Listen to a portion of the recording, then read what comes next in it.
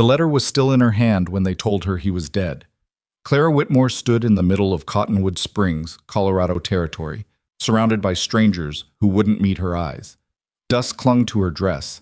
Her trunk sat in the dirt behind her like an accusation.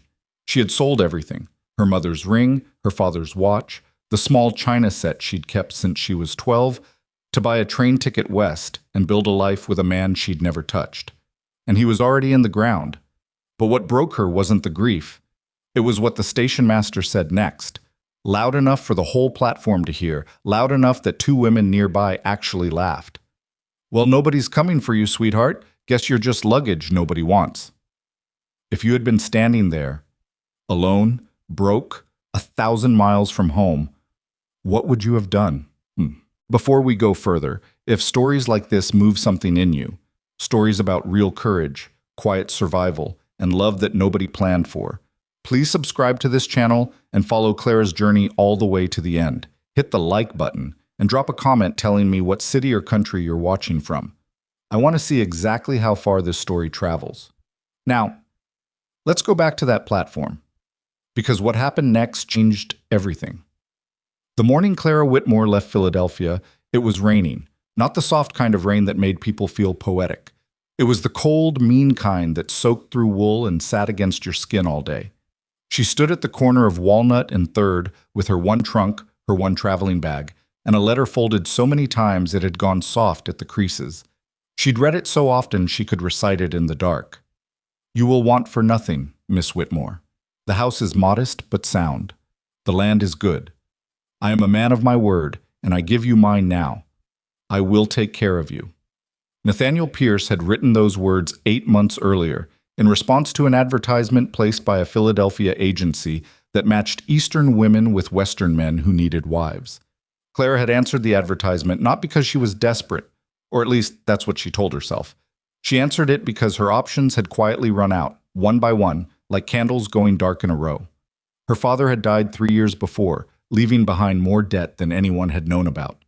Her older sister had married and moved to Boston and made it clear, without ever quite saying it directly, that there was no room in her new house for a spinster sister who needed help.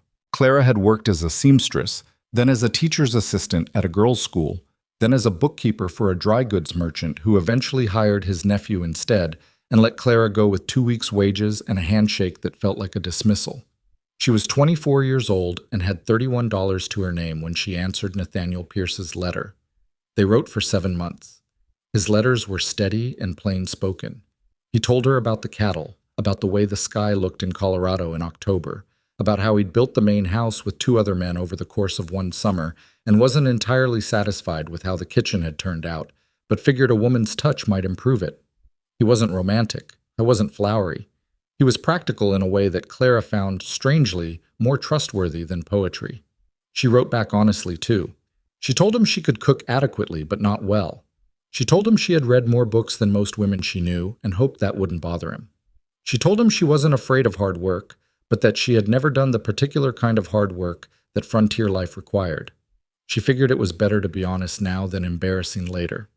He wrote back, "Honesty is worth more to me than any skill you could name. Come west, Miss Whitmore. We'll figure the rest out together." So she sold what little she had. She packed what mattered. She said goodbye to a city that had not been especially kind to her, boarded a train in the November cold, and spent 4 days watching America get wilder and bigger through a smeared window, eating crackers and dried apricots she'd wrapped in cloth, sleeping. Sitting up with her traveling bag clutched to her chest because another woman on the train had warned her about thieves. She arrived in Cottonwood Springs on a Tuesday morning in what she later remembered as a pale, colorless kind of light.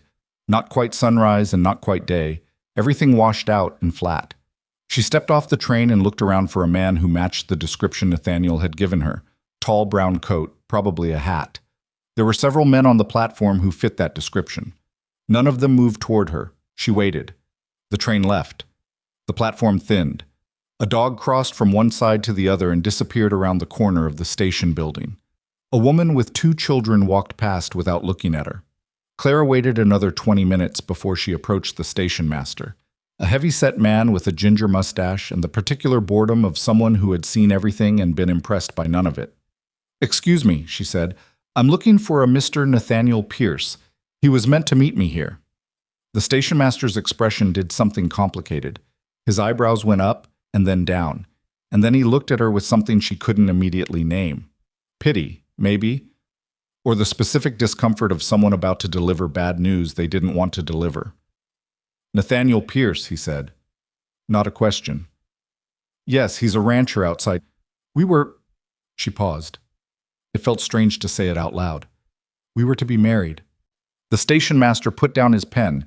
He looked past her shoulder at the empty platform and then back at her face. Ma'am, he said slowly, Nathaniel Pierce passed on. Going on 3 weeks ago now. Fever took him fast. Clara heard the words.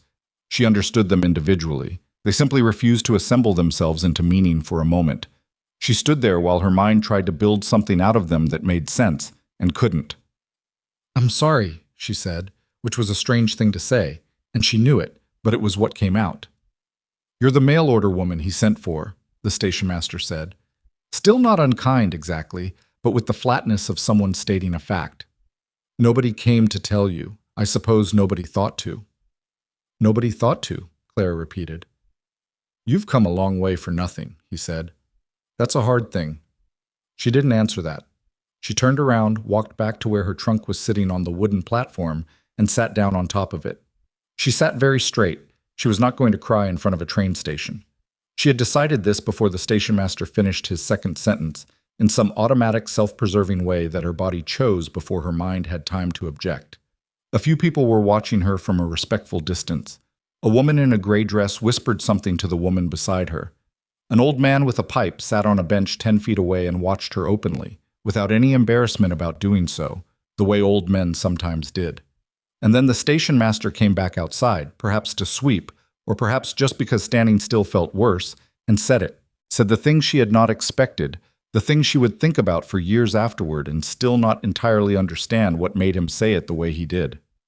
Well, he said, loud enough that the little audience on the platform could hear it plainly. Nobody's coming for you, sweetheart. Guess you're just luggage nobody wants. The two women in gray laughed, a short, involuntary sound, quickly muffled, but real. One of them covered her mouth with her hand. The other looked away. Clara did not move. She did not give them the satisfaction of watching her react. But something happened behind her eyes, something that went cold and clear and very, very quiet.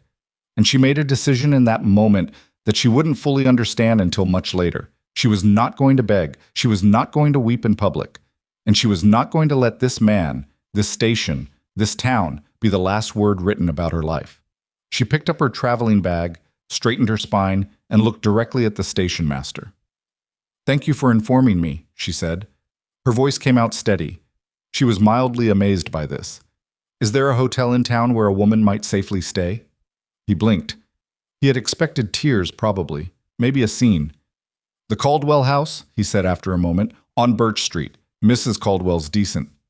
Thank you, Clara said again. She turned to the old man with the pipe. Sir, would you be kind enough to help me carry my trunk? He was so surprised that he stood up immediately and came over and picked up one end without a word. She walked off that platform with her head level and her back straight and her $31 in her coat pocket and absolutely no idea what she was going to do next. Behind her, she could hear the station master mutter something to the women. She didn't look back to hear what it was. Mrs. Caldwell's hotel was narrow and smelled of boiled cabbage and wood polish, but the room she showed Clara was clean and the lock on the door worked, which Clara tested 3 times before she let herself sit down on the edge of the bed. Then she cried. She let herself have exactly 10 minutes of it, timed against the small watch she wore on her wrist. Ugly, wet, entirely private crying that she pressed into the pillow so nobody would hear through the walls. When the 10 minutes were up, she sat back up, wiped her face, and opened her traveling bag. $31. Enough for maybe 3 weeks in this hotel, if she ate very little. Enough for a train ticket back east. But only one way, and only if she spent nothing on food for the journey, and only if she arrived in Philadelphia with nothing, to nothing, which was more or less what she'd left. She had 2 choices, and neither of them was good. She could go back to Philadelphia and start over with no money, no position, and the particular social shame of a woman who had tried to become a mail-order bride and hadn't even managed to accomplish that. She could imagine, quite clearly, how her sister would look at her, how people in the neighborhood would talk. Or she could stay here, in a town where she knew nobody, and had no work, and no connections, and no reason to think it would go better than it had gone so far. She sat with those two choices for a long time. Outside the window, Cottonwood Springs made its ordinary afternoon sounds: horses, voices, a bell from somewhere down the street, a child shouting something cheerful and unintelligible. Life going on without her. She ate a cracker. She thought about Nathaniel Pierce, who had promised her a home and a future and had managed to die before either of them had a chance to try. She didn't feel angry at him exactly. It was hard to be angry at a dead man who had probably meant every word he wrote. She felt something more complicated: grief for a person she'd never met, and grief for the version of her own life she had been building in her head for 8 months, room by room, like a house she would never now set foot in. She slept badly and woke up to the sound of someone arguing in the street below her window. Breakfast at the Caldwell house was included in the room price, which was the single fact that Clara found encouraging about her situation. She came downstairs at 7 and ate eggs and biscuits in a small dining room with 4 other guests: 2 traveling salesmen who didn't look at her, an older couple who did look at her and clearly recognized her from the platform story that had apparently already circulated through Cottonwood Springs the way stories did in small towns, and a young woman with a baby on her knee who smiled at Clara briefly and then went back to managing the baby. After breakfast, Clara walked to the general store, not because she needed anything she could afford, but because she needed to understand the geography of where she was. She was the kind of person who, when frightened, mapped things. Her mind worked better when it had a shape to attach to a place. The store was run by a man named Dobbins, who had a cough and a short temper and not much interest in conversation, but he answered her questions about the town in the way busy men sometimes did, with the minimal accuracy required to make someone go away. There were roughly 400 people in Cottonwood Springs. There was a school, a church, a doctor who was often out on calls, a blacksmith, and several establishments that Dobbins described only as places men go. There was a seamstress who might need help, though Dobbins sounded doubtful. There was a ranch to the northwest, about 8 miles out, that was the largest operation in the valley.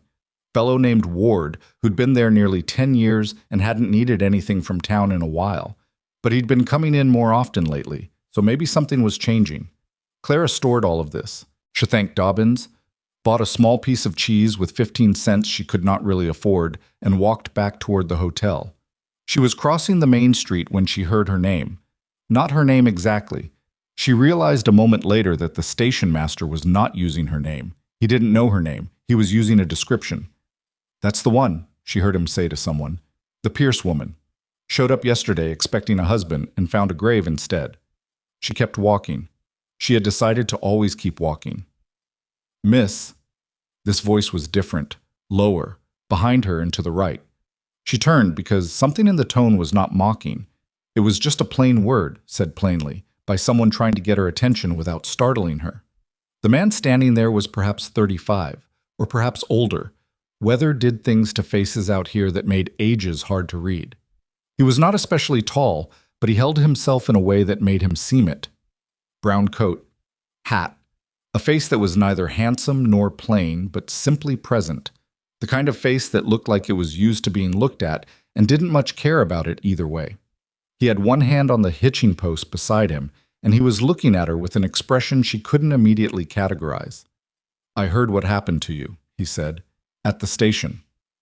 "It seems most people have," Clara said. He didn't flinch at her tone. "I knew Nathaniel Pierce, not well, but well enough to know he was a decent man who didn't deserve to go the way he did. And I know he wrote for a wife because he'd been alone too long, and his place needed someone to help him run it." Clara waited. She had learned in the past 24 hours to wait and let people finish before deciding how to respond. "My name is Elias Ward," he said. "I run the ranch northwest of town. You may have heard of it." She had, as it happened, just heard of it 20 minutes ago from a coughing man with a short temper. "I've heard it mentioned." "I'll be direct with you," Elias said. "I don't say things I don't mean, and I don't have time for conversations that go in circles, so I'll just say it straight." "Please do," she said. "You're in a hard spot with no clear way out. I can see that. I'm not saying that to embarrass you. I'm saying it because it's true, and I think you're someone who prefers truth to kindness." She stared at him. "You don't know anything about what I prefer. You don't know me at all." "No," he said. "I don't. But I know that when Grayson said what he said to you on that platform, you didn't cry. You asked him for directions." He paused. "That tells me something." The morning sun was starting to get its heat into the day. Somewhere behind her, a horse stamped its foot twice. Clara became aware that two women outside the dry goods store had stopped walking and were watching this conversation. "What is it you want, Mr. Ward?" she said. He looked at her steadily. "I'm offering you a marriage," he said. "It wouldn't be a real one, not in the way most people mean. It would be an arrangement. You'd have a home, work, protection, and a wage. Yes, I'd pay you, because what I'm asking you to do is real labor, and labor deserves paying. I'd want a woman who could help manage the household, keep accounts, and eventually help run things when I'm out on the range." Clara didn't say anything for a moment. "Why?" she finally said. He seemed to have expected the question. "Because I've run that ranch alone for 9 years and I'm tired," he said. "Because the books are always behind and the house has been going to rack and ruin since my last housekeeper left. And because—" He stopped. Something moved across his face, brief and complicated. "Because you were standing on that platform this morning and Grayson said what he said, and nobody said anything back, and that wasn't right." Clara looked at him for a long moment. He was a stranger. He was offering her a marriage, even a practical one, within 24 hours of meeting her, which was either an act of extraordinary generosity or a plan she couldn't see all the pieces of yet. She thought about her $31. She thought about her sister's face. She thought about the station master saying the word sweetheart in a voice like a hand brushing crumbs off a table. She thought about the letter in her coat pocket, the one from Nathaniel Pierce, soft at the creases from so much reading. "I am a man of my word." She looked at Elias Ward and tried to decide whether she believed the same thing about him. She was not certain. She was not even close to certain. "I would need time to consider," she said. "Take tonight," he said. "I'll be at the Caldwell house for breakfast tomorrow. If you want to talk more, I'll be there. If you don't, I'll understand and I won't mention it again." He touched his hat brim, a small, careful gesture, and walked back toward the hitching post where his horse was tied. Clara stood in the street and watched him go. She was aware of the two women still watching from outside the dry goods store. She was aware of the sun and the dust and the fact that her feet were tired. She went back to her room and sat on the bed and looked out the window at nothing in particular for a very long time. She was afraid. She was also, for the first time since she stepped off the train, something else, something that might have been, if she examined it carefully enough, the faintest edge of something that felt almost like possibility. She didn't sleep that night. Not really. She lay in the dark and listened to the town go quiet around her, and she turned Elias Ward's words over and over in her mind, testing them the way you test ice before you step onto it, pressing with one foot before you trust your weight to it. "I don't say things I don't mean." She wanted to believe that. She also knew that wanting to believe something was the oldest trap in human history. By the time gray light began working through the curtains, she had not arrived at certainty. She had arrived at something else instead, a kind of cold, clear calculation that felt less like hope and more like a woman measuring what she had against what she had to lose. She had almost nothing. The only real question was whether she was willing to risk it. She got up, washed her face in the basin, put on her better dress, and went downstairs to breakfast. Elias Ward was already there, at a corner table, with coffee and his hat on the chair beside him. He looked up when she came in. He didn't smile. Not exactly. But something in his expression changed, the way a door changes when someone turns the handle from the other side. Clara sat down across from him. "I have conditions," she said. "I'd expect nothing less," he said. And just like that, in a narrow hotel dining room that smelled of cabbage and coffee, with two traveling salesmen eating eggs 6 feet away, and a baby starting to fuss in the next room, Clara Whitmore began negotiating the terms of the most unlikely arrangement of her entire life. She had no idea whether it would save her or ruin her completely. She suspected she was about to find out. Her conditions were not small. She had written them out the night before, in her neat bookkeeper's hand, on the back of an envelope she'd found at the bottom of her traveling bag. 3 items. She slid the envelope across the table to Elias Ward without preamble, because she had decided during the sleepless hours before dawn That if she was going to do this, she was going to do it without flinching. He picked it up and read it. She watched his face. His expression didn't change much, not in the way she'd expected, not with surprise or annoyance or that particular look men sometimes had when a woman said something more specific than they'd anticipated. He read the list, turned the envelope over to check if there was anything on the other side, and then set it back down on the table. "You want your own room?" he said. "Yes." "A weekly wage, paid on Fridays?" "Yes." "And the right to leave with 30 days' notice and no argument from you if I decide the arrangement isn't working." He looked up from the envelope at that one. "You'd want to be able to go." "I want to know I can," Clara said. "Those aren't the same thing." He considered that for a moment. Outside, a wagon went past on the street, wheels grinding against dry ruts, and the sound of it filled the silence between them. One of the traveling salesmen at the other table asked Mrs. Caldwell for more coffee. The baby in the next room had stopped fussing. The ordinary world was conducting its ordinary business around a conversation that felt, to Clara at least, like standing at the edge of something with no clear bottom. "Agreed," Elias said. She hadn't expected it to be that simple. "To all three." "To all three." He folded the envelope once and put it in his coat pocket. "I've got conditions, too." "I assumed you would." "I don't want this talked about in a certain way. What I mean is, people will know this is an arrangement. I can't stop that, and I won't try to. But I don't want people feeling sorry for either of us. And I don't want the hands on the ranch treating you like you're less than the woman of the house. You'll be Mrs. Ward in name. I'd like you to conduct yourself accordingly, and I'll do the same." Clara nodded. "That's reasonable." "And I'll want honesty," he said, "not politeness. If something's wrong, if something's not working, I want you to tell me straight. I've had enough of people saying things are fine when they're not fine, and I've got no patience left for it." "I have the same requirement of you," Clara said. Something shifted in his expression. Not quite a smile, but the thing that happened just before one. "Then I think we understand each other," he said. He put out his hand across the table. A handshake, not a romantic gesture, not a soft thing.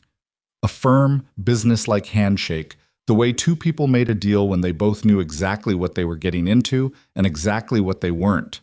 Clara shook it. His hand was rough in a way that told her things no introduction could have. Years of rope work, of fence mending, of splitting wood in cold mornings. There was a small scar across the base of his thumb that she noticed and filed away, because she noticed things and couldn't stop herself. "The ceremony will be tomorrow," Elias said. "Justice of the peace on Elm Street. Nothing large. I'll arrange it this morning." "Tomorrow," Clara said, "unless you'd prefer to wait." She thought about her dwindling $31. She thought about Mrs. Caldwell's hotel room and the way the mattress listed toward one side. She thought about what she was walking into and how little she actually knew about this man whose hand she'd just shaken. "Tomorrow is fine," she said. He nodded, put on his hat, left money on the table for his coffee, and walked out. Clara sat there for a moment with her hands wrapped around her own cup, watching the door he'd gone through. Mrs. Caldwell appeared at her elbow with the coffee pot. She was a small woman with sharp eyes and the cautious warmth of someone who'd seen a great deal of life come through her dining room and learned not to comment on most of it. "I couldn't help overhearing," Mrs. Caldwell said, which was her way of saying she had heard every word clearly and without apology. "I imagine not," Clara said. Mrs. Caldwell poured the coffee. "Elias Ward's a decent man," she said. "Kept to himself since he's kept to himself. Works hard. Pays his bills." She paused. "He's not easy." "I didn't ask for easy," Clara said. Mrs. Caldwell looked at her for a moment with those sharp eyes. "No," she said. "I don't suppose you did." She moved away to the next table, and Clara drank her coffee and thought about what "since his" might mean. The sentence Mrs. Caldwell hadn't finished, the door she'd opened a crack, and then quietly shut. The ceremony. The following noon took 12 minutes. The justice of the peace was named Holt, a thin man with ink-stained fingers who performed weddings the way other men performed arithmetic, correctly, efficiently, and without any particular feeling about the result. There were two witnesses, a woman named Ruth, who worked in Holt's office, and a ranch hand of Elias's named Pete, who was so large and so deeply uncomfortable in a confined space that he spent the entire ceremony standing slightly too close to the door. Clara wore her second-best dress, because the best one was the one she'd worn on the train, and it still had a stain on the cuff she hadn't been able to fully remove. She held a small bunch of dried wildflowers that Ruth had pressed into her hands just before the ceremony began, with the matter-of-fact kindness of a woman who understood that some gestures mattered even when the circumstances were unconventional.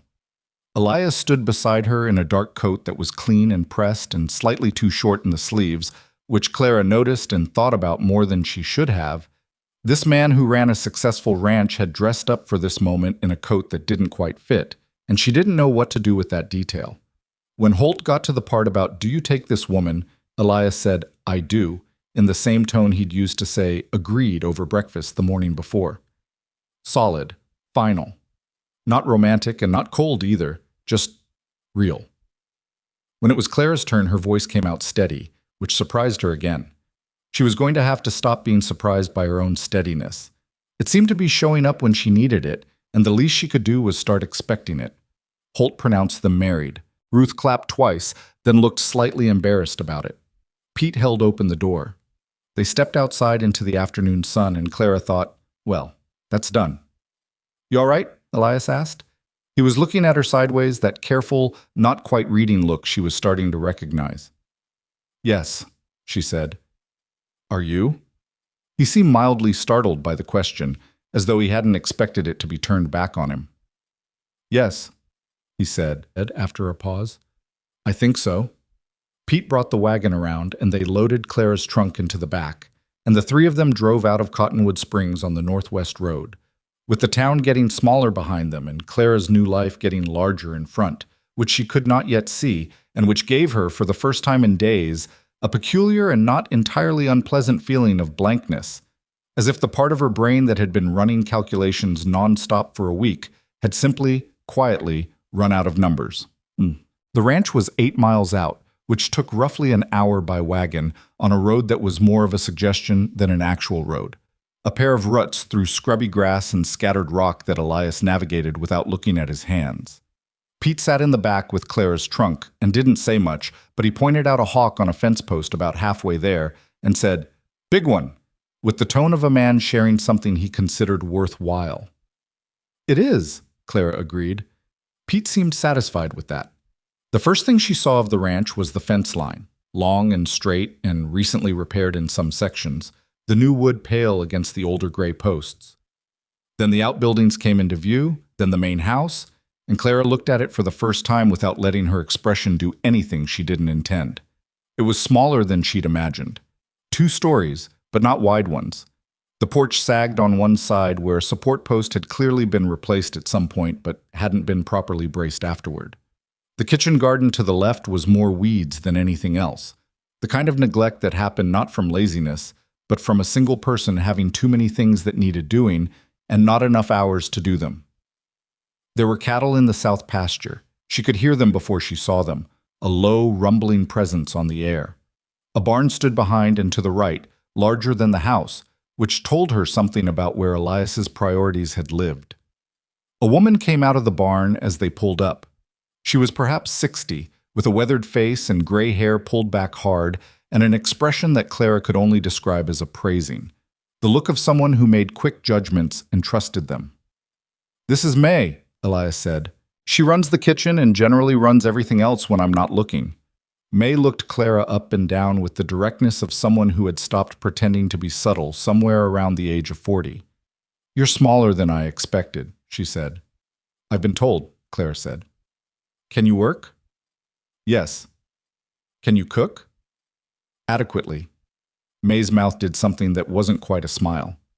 "Adequately's a start," she said. She turned to Elias. "She'll need boots. Those shoes won't last a week."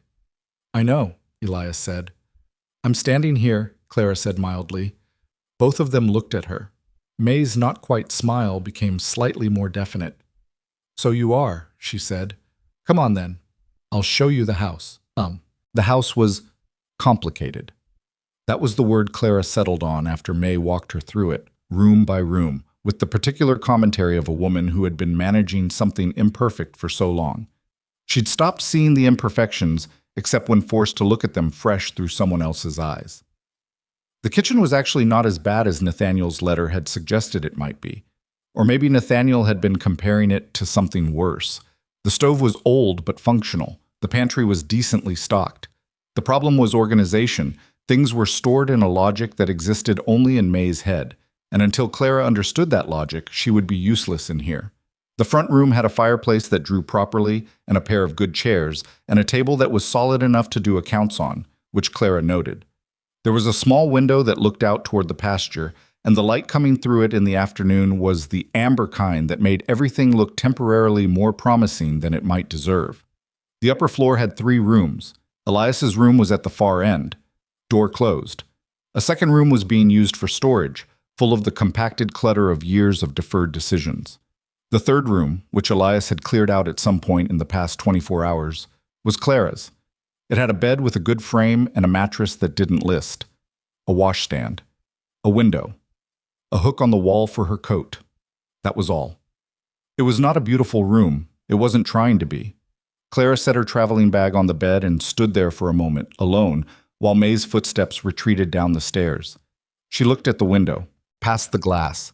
The land stretched out flat and big, and largely indifferent, the way Western land was, without the eastern softness of hills and trees that enclosed you and made the world feel a manageable size. This was not manageable sized. This was vast and dry, and already starting to go gold at the edges, where autumn was thinking about arriving. She was scared. She knew how to be scared and function anyway, which was the only useful thing fear had ever taught her, so she noted it and moved on. She unpacked her trunk. She put her mother's photograph on the washstand, the only one she had, a stiff formal portrait from a studio on Chestnut Street, her mother sitting very straight in a chair with her hands folded, wearing the expression of someone who had agreed to have their photograph taken and was making the best of it. Clara looked at it for a moment and then went downstairs to find May. May was at the kitchen table with a cup of tea and an expression that suggested she had been waiting for Clara to come back down, which she had been. "Sit," May said. Clara sat. "I'm going to tell you things that Elias won't tell you because he's not the kind of man who talks about arrangements," May said. "You'll learn that about him. He makes decisions, and then he acts on them, and then he moves on, and he doesn't much see the point in explaining himself." "I've noticed," Clara said. "It's not unfriendliness," May said. "He's not cold. He's just compact. Keeps things in." She wrapped her hands around her teacup. "He had a wife, before. 7 years ago she passed. Fever, same as what took your Mr. Pierce. She was here 9 months, barely long enough to unpack properly, and then she was gone. He doesn't talk about her. I'm telling you because you'd wonder, and I'd rather you know than wonder wrong." Clara absorbed this. "What was her name?" May looked mildly surprised by the question. "Margaret," she said. "Maggie, he called her." Clara nodded slowly. She thought about the coat that didn't quite fit, and the room cleared out in a day, and the way Elias had said, "I've run that ranch alone for 9 years without looking at her. 9 years since Maggie, then. A long time to be alone with land and cattle and work and whatever he kept compact inside himself." "I'm not here to replace someone," Clara said carefully. "No," May agreed, "and he's not asking you to. I just want you to understand why he is the way he is. He's not damaged exactly. He's just calibrated different. Loss does that." Clara thought about her own calibration. Her father gone, her sister turned sideways. Her prospects narrowed year by year to the point where a letter from a stranger in Colorado had felt like the most solid thing in her life. She supposed she understood something about recalibrating. "Thank you for telling me," she said. May poured her a cup of tea without asking if she wanted one, which Clara took as a form of acceptance. "Boots," May said, returning to practicality with the ease of someone who lived there. "Tomorrow morning, Elias will take you to Dobbins for boots. Wear 2 pairs of socks. The fit always runs mean." The first week was an education in her own limitations. Clara had believed she was reasonably capable. She was organized, intelligent, had managed household accounts for her father, could read and write better than most people she'd met. She was not afraid of work in the abstract. But this was not abstract work.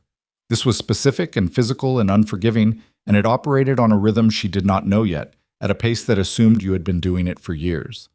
The first morning, she burned the biscuits because the stove ran hot in the left section and cool on the right. And May had mentioned this in a way that Clara thought was informational, but was actually a test to see if she'd remember under pressure. She didn't. She stood in the kitchen watching a thin line of smoke curl up from the biscuit tin and felt something she recognized as rage. Not at May, not at the stove, but at herself, at her own incompetence, which was somehow worse.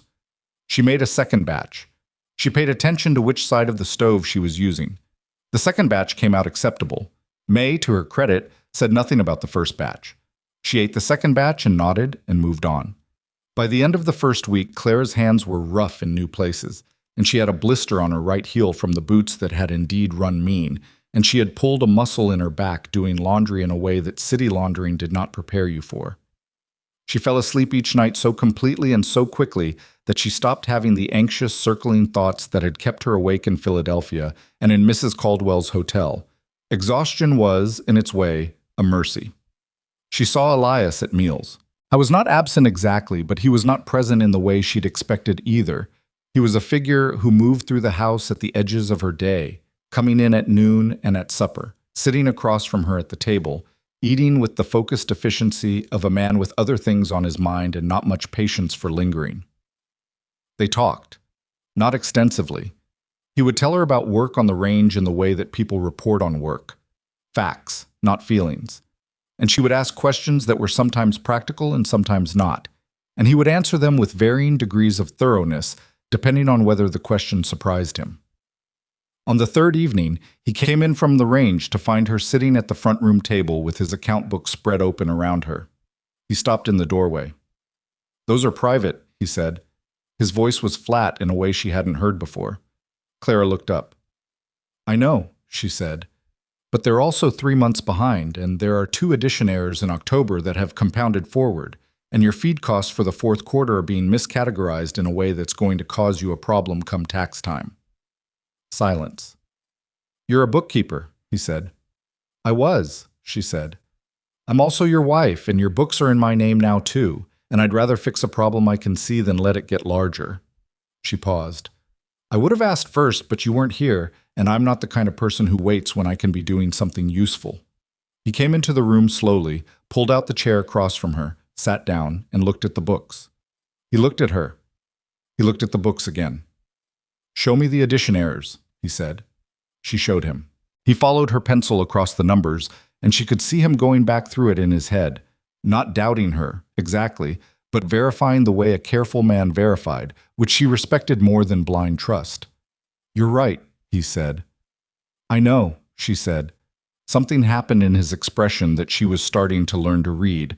A small shift, a slight unwinding, like a knot that had been pulled one direction relaxing a fraction. "All right," he said. "The books are yours." It was not a large thing. It was the first thing that felt, even slightly, like partnership. The second week brought rain. Not the rain of Philadelphia, which was polite and came and went in a reasonable amount of time. This was a territorial rain that arrived on a Tuesday night and stayed, sullen and committed, until Thursday. The roads went to mud. The south pasture flooded in one corner. 2 of the ranch hands got into an argument about whose fault the flooding was, which Elias ended by explaining, calmly and with several specific technical points, exactly why neither of them was right and what they were actually going to do about it. Clara watched this from the barn doorway, where she had gone to check on something May had asked her to check on, and she saw something she hadn't expected. Elias Ward could command a room, or a barn. He stood in the wet with mud on his boots and looked at the 2 men who were ready to go after each other, and something in the way he held himself changed the temperature of the situation. Not by shouting, not by authority exactly, but by being so clearly sure of what he knew and what needed to happen that the argument didn't have anywhere sensible to land. The 2 men went back to work. The flooding situation was addressed. Clara stood in the barn doorway and thought, "He is not at all what I expected." She wasn't entirely sure yet what she had expected. Something rougher, maybe. Something less considered. The frontier men in the stories she'd read were either heroic and simple or violent and simple, and Elias Ward was neither. She was thinking about this on Friday afternoon when she came in from the kitchen garden, her first attempt at it, pulling weeds with a determination that was more enthusiasm than technique. and nearly walked directly into Pete, who was standing in the kitchen with an expression that suggested something was wrong. "Ma'am," he said, "there's a woman here to see you." Clara looked past him into the front room and felt her stomach do something unexpected. Standing near the fireplace, in a traveling dress that was several grades above anything Clara currently owned, was a woman she recognized. Dorothea Marsh, née Hartley, a woman from Philadelphia, from the same neighborhood, from the same social circle that Clara had watched close its doors to her one by one as her situation declined. Dorothea had married well, and had apparently, from the look of her dress, continued to do so. They had never been close. They had been the particular kind of acquaintances that a city produced. People who moved in overlapping circles, who knew each other's names and faces, and enough backstory to be dangerous, but not enough to be kind. Dorothea's expression, as Clara came in from the kitchen with dirt on her hands and mud on her boots, was a masterwork of controlled reaction. She took in the kitchen dirt and the worn dress, and the general evidence of Clara's new life, and assembled her face into something that was technically gracious and practically devastating. "Clara," she said warmly, "what a surprise to find you here. We passed through Cottonwood Springs and someone mentioned you'd married a rancher, and I said to Edmund, 'That's my husband, we're traveling west for business.' I said we simply must stop and see how you're getting on." Clara stopped in the middle of the room. She was acutely aware of her hands. She was more acutely aware that we meant Dorothea had brought Edmund and probably hadn't come alone, and this was going to be one of those moments that required more energy than it appeared to on the surface. "How lovely of you to stop," Clara said, and her voice was steady because it always was, and she was finally getting used to it. "You look—" Dorothea paused, tilting her head with a smile that did not reach past her cheekbones. "Different." "I imagine I do," Clara said. "Is your husband home? We'd love to meet him." The kitchen door opened at that precise moment, because timing, in Clara's experience, did not care about your preparation. And Elias came in from the back, still in his work coat, still carrying the smell of the range with him, looking like exactly what he was. Dorothea looked at him. Something moved through her expression, a quick recalculation, the kind that well-dressed people did when confronted with someone who didn't fit their pre-existing category. Elias looked at Dorothea, then at Clara, and read the situation in the way Clara was beginning to understand he read most situations, quickly, accurately, and without showing his hand. "Elias," Clara said, "this is Dorothea Marsh, an acquaintance from Philadelphia. She and her husband are passing through." "Mrs. Marsh," Elias said. He didn't remove his hat, but he inclined his head, which was a specific choice that Clara couldn't fully interpret yet. "Mr. Ward," Dorothea said, recovering smoothly. "What a wonderful establishment you have here." Establishment. Clara noted the word. "It's a ranch," Elias said pleasantly. "Can I ask how long you're staying?" "Oh, just the afternoon," Dorothea said. "We're continuing on to Denver tomorrow morning. We simply wanted to look in on Clara." She smiled in Clara's direction. "Make sure she's settled." There was a pause that lasted perhaps 2 seconds, but felt substantially longer. "She's settled," Elias said. Something in his tone, not aggressive, not territorial, just certain, shifted the weight in the room. Clara looked at him sideways. He was looking at Dorothea with the same even, patient expression he used when explaining obvious things to ranch hands who should have known better. "How wonderful," Dorothea said, and this time the warmth in her voice rang slightly hollow, the way a cup rings when it's cracked. May appeared in the kitchen doorway at that moment with the instincts of a woman who understood domestic battlefield geography. "I can put coffee on," she announced, as though the previous 60 seconds hadn't happened. "If our guests would like to sit." Dorothea sat. Edmund arrived from outside, but a pleasant, forgettable man who shook Elias's hand too firmly and asked 3 questions about cattle prices that told Clara he knew nothing about cattle. Clara sat across from Dorothea and drank her coffee and answered questions about her life with the careful honesty of someone who had stopped being ashamed of the truth. Sometime between the train platform and this moment, though she couldn't have named exactly when. Yes, it was hard work. Yes, the country was different from Philadelphia. Yes, she was glad she'd come. Dorothea watched her face while she said these things, the way people watched faces when they were trying to find the crack where the performance ended and the real feeling began. She wasn't going to find it, because Clara wasn't performing. When the coffee was done and Dorothea and Edmund rose to leave, Dorothea took Clara's hands in hers in that particular Philadelphia farewell that was more declaration than affection. "You're very brave," Dorothea said, with the specific emphasis that made brave mean something adjacent to foolish. And Clara felt something harden and clarify inside her, something that had been soft and uncertain since the train station, something that now set like concrete. "Thank you for stopping," Clara said. She stood on the porch and watched their wagon go back down the rut road toward town. Elias stood beside her. Neither of them said anything for a moment. "She came to see if you were miserable," Elias said eventually. "Yes," Clara said. "Are you?"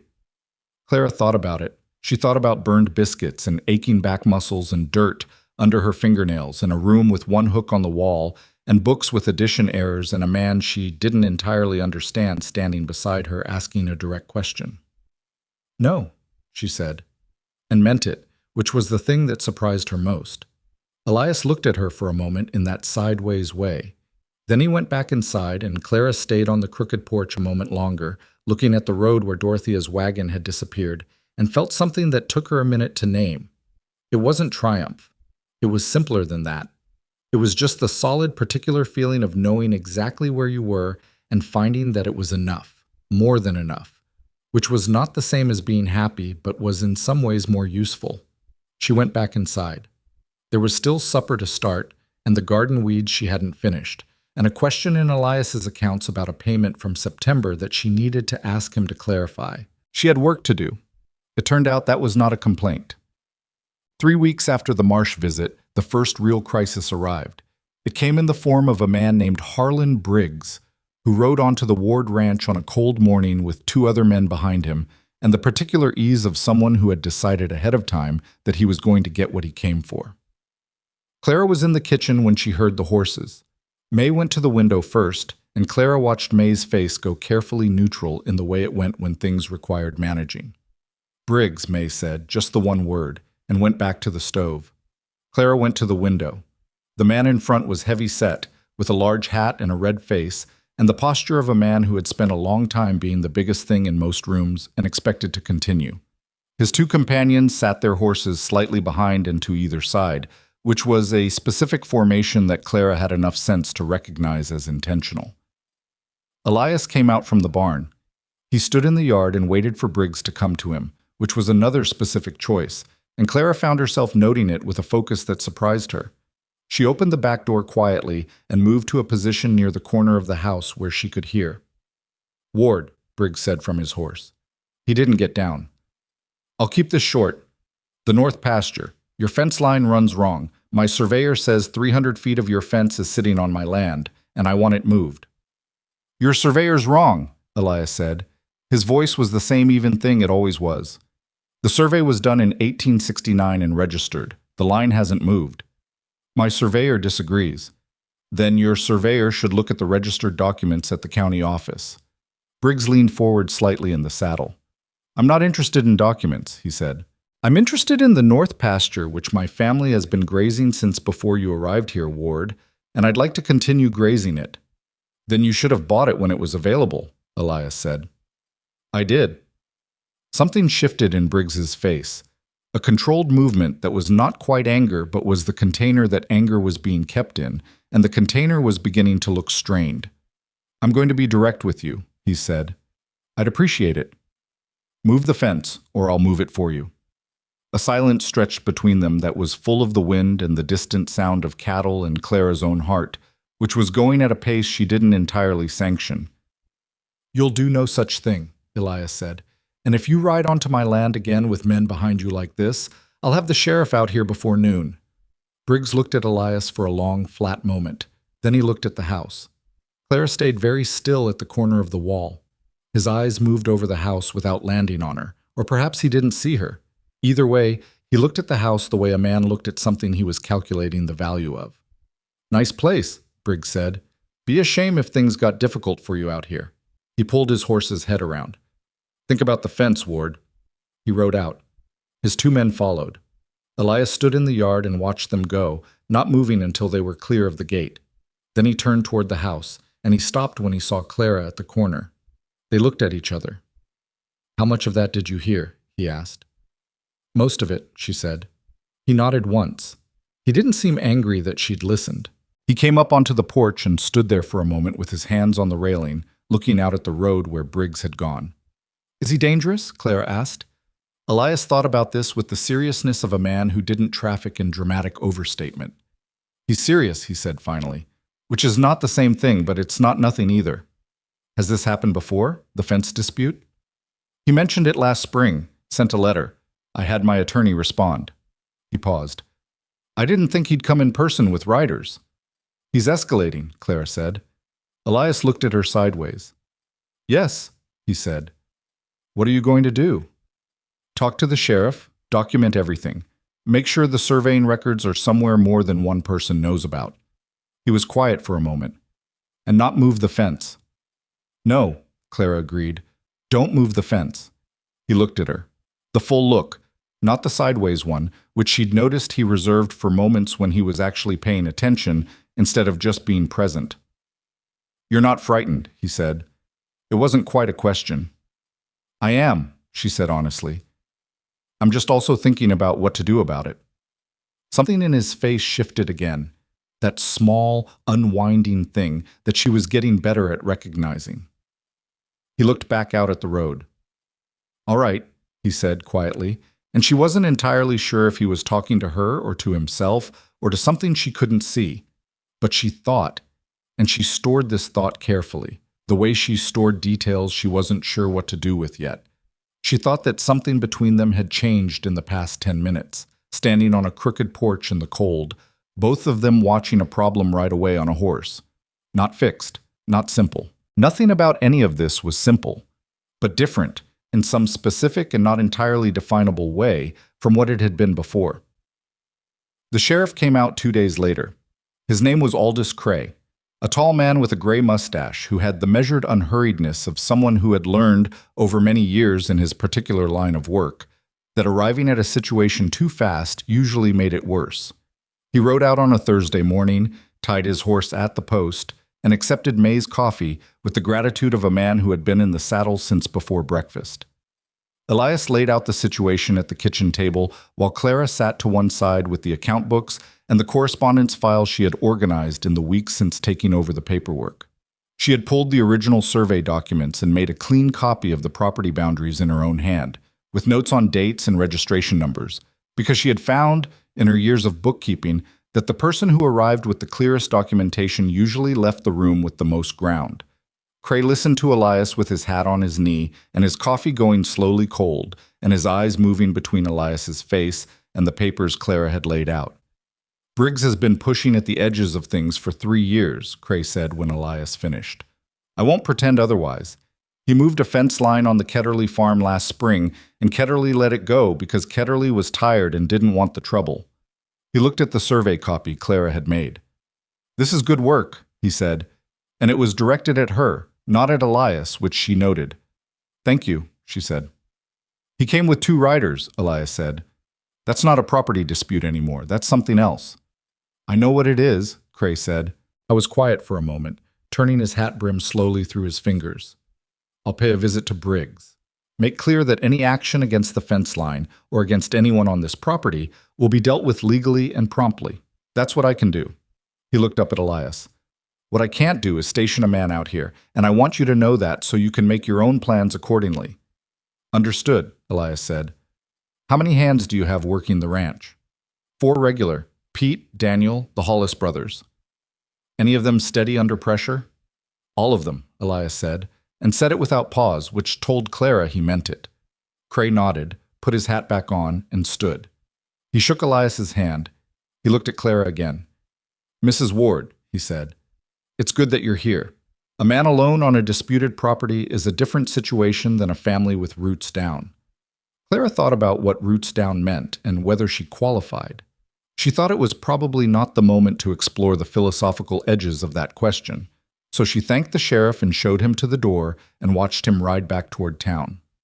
When she turned around, Elias was standing in the middle of the kitchen with his arms crossed and the expression of a man working through several things at once. He's right about one thing, Clara said.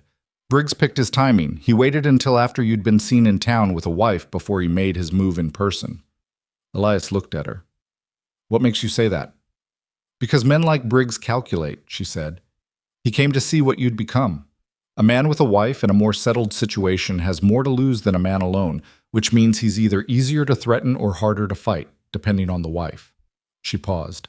He looked at the house. When he was in the yard, he was figuring out which kind I was. Elias was quiet for a moment. And which kind are you? Harder to fight, Clara said, if that's what it comes to. Something moved through his expression again. That shift she'd been cataloging, that specific unwinding. He uncrossed his arms. Let's hope it doesn't come to that, he said. Let's, Clara agreed. But let's also make sure we're ready if it does. She went back to the account books. After a moment, she heard Elias go out the back door toward the barn. Not because there was something urgent there, just because she was beginning to understand he processed things by moving. She could respect that. She processed things by writing them down. November arrived with its particular Colorado personality. Cold enough in the mornings to put ice on the water barrel, warm enough in the afternoons to make you believe winter wasn't fully committed yet. The light changed quality, going thinner and more horizontal, and it made everything look slightly more exposed than it had in the amber of early fall. Clara had been at the ranch for 6 weeks. She was not the same person who had sat on a trunk on a train platform and listened to a man call her luggage nobody wanted. She was not entirely a different person either. She was still precise, still internal, still more comfortable with numbers than with feelings expressed out loud. But the edges of her were harder in some places and softer in others. And the particular brand of loneliness that had followed her from Philadelphia had changed shape. It was less sharp, less like a wound and more like a weather pattern, something you noted and dressed for and moved through. She had learned the stove's specific temperament. She had cleared and replanted half the kitchen garden with May's guidance, getting the winter vegetables in before the ground hardened. She had reorganized the pantry in a logic that was now both hers and May's, which had required a negotiation that lasted 3 days and ended in something that functioned better than either of their individual systems would have. She had started keeping a second account book, a personal one, not Elias's, where she tracked the ranch's patterns the way a doctor might track a patient's health. Income against expense against season against weather. She was building a picture of what this place was and what it could be, and she did this not because anyone asked her to, but because it was the kind of thinking she couldn't stop herself from doing once she started. Pete had stopped being awkwardly formal with her after she helped him repair a section of fence that she had no business attempting to help repair, given her complete inexperience with fence work, but which she had attempted anyway because he was trying to do it alone, and it required 2 people and she was there. She'd held the wire while he hammered and followed his instructions without comment and done the work without complaining about it, and that had apparently been sufficient for Pete to decide she was all right. Daniel, the youngest of the hands, perhaps 22, with an East Texas accent and a habit of pushing his hat back when he was nervous, was still slightly wary of her, in the way young men were sometimes wary of women who knew things and weren't apologetic about it. The Hollis brothers, Clem and Roy, were a matched set of practical, cheerful men who treated Clara with the uncomplicated respect of people who judged a person almost entirely by whether they pulled their weight and didn't make extra work for everyone else. She was pulling her weight. She knew that. She also knew she was still learning, still making mistakes that a woman who'd grown up on a ranch wouldn't make. Still occasionally burning things, or misjudging distances, or underestimating how long something would take. She had stopped being embarrassed by the mistakes and started just fixing them, which was progress. What she had not solved was Elias. Not in the way she'd hoped to solve things. Not in the clean, accountable way of a ledger where every number went somewhere. He remained, despite 6 weeks of living in the same house and eating at the same table and having actual conversations, a partially known quantity. She understood his patterns. She understood his professional self very well by now. The decisions he made and why, the way he managed his land and his men, the specific way he carried authority without performing it. She understood that he was private about certain things and not others, that he was funnier than he appeared in first impression, that he had strong opinions about fence construction and almost no opinions about food beyond a preference for it being hot. What she didn't understand was the part of him that existed beneath all of that. the Maggie-shaped space that May had pointed to and that no one had touched since. She wasn't sure it was her place to understand it. She wasn't sure she had the right. What they had was a practical arrangement, honest and functional, and nothing she hadn't agreed to. She had her room and her wage and her 30 days' notice, and that was what she'd asked for. She just hadn't anticipated caring about the parts she didn't know. The situation with Briggs announced its next phase on a Friday morning when Pete came in from the north pasture at a run, which was unusual enough to bring everyone out of what they were doing.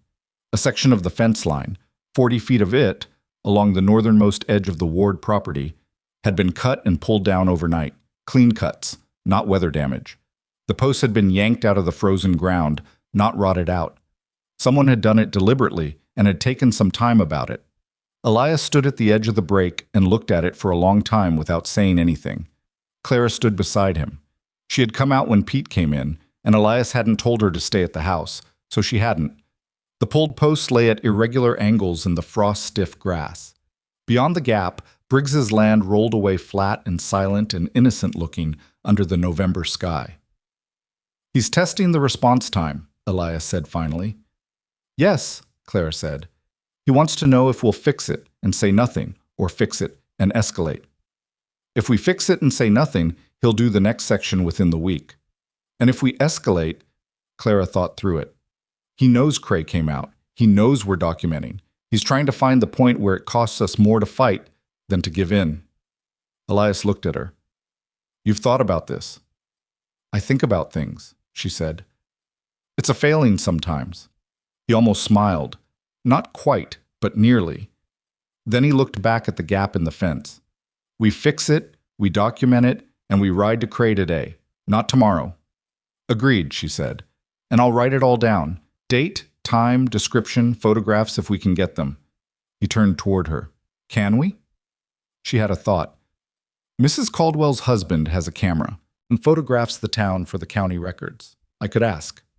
He looked at her with an expression she hadn't seen from him before and couldn't immediately name. "How do you know that?"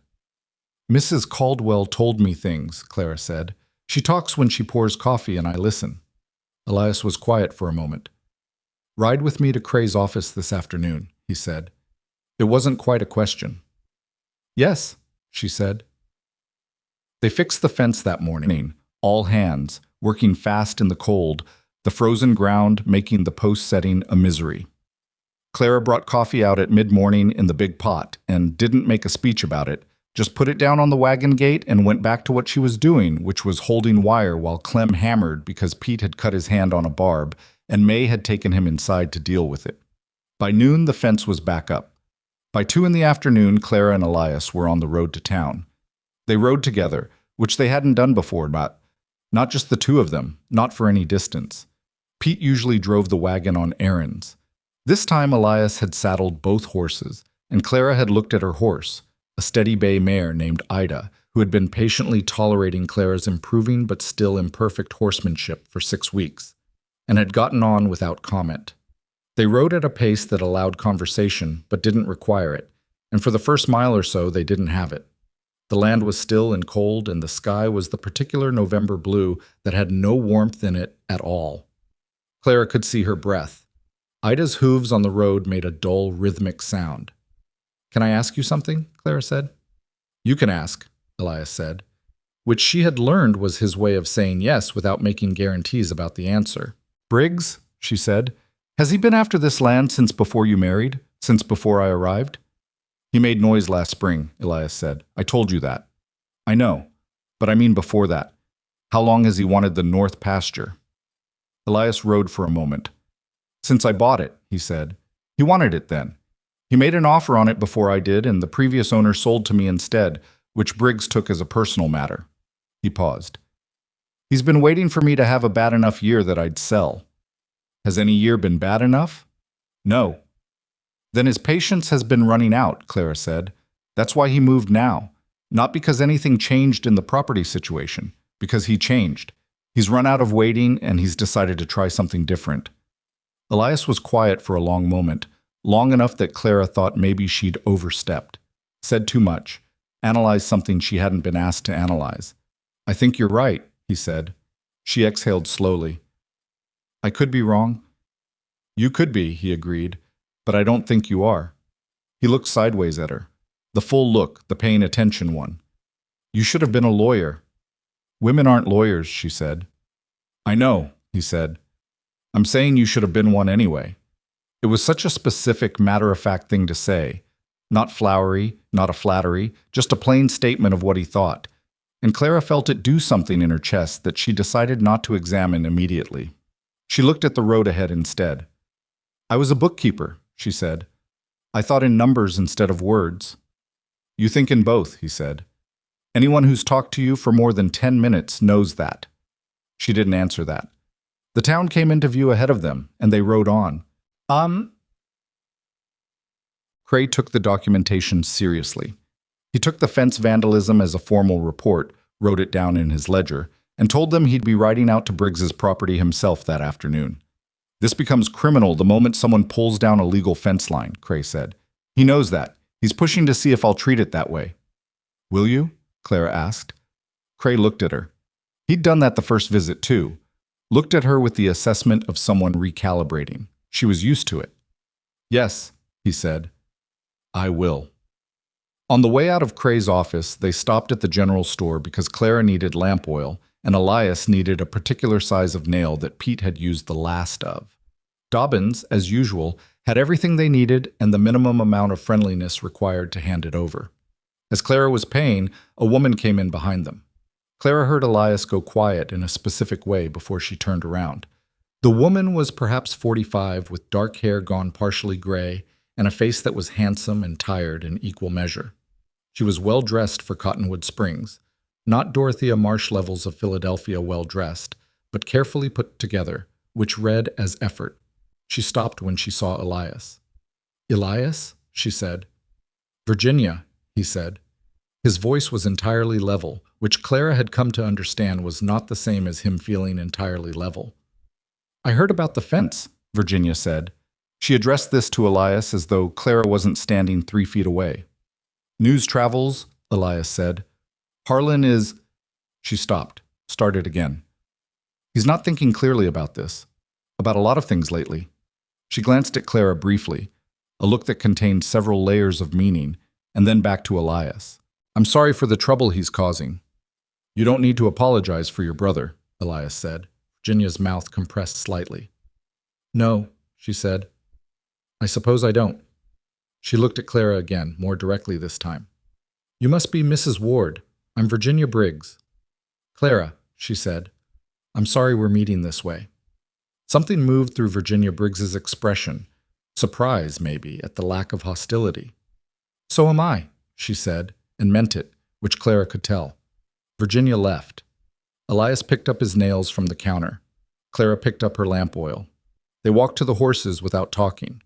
Clara strapped the oil to Ida's saddle and thought about what she'd just seen.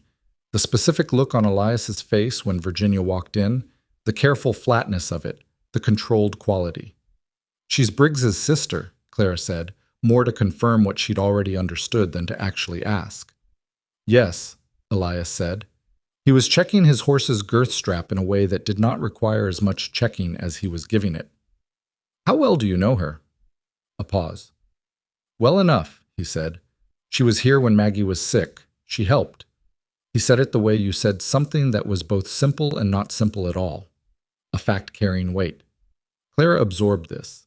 Virginia Briggs had been kind to Maggie, and now Virginia's brother was trying to take Elias's land, and Virginia was apologizing for it in a general store with the face of someone who was sorry and helpless in equal measure.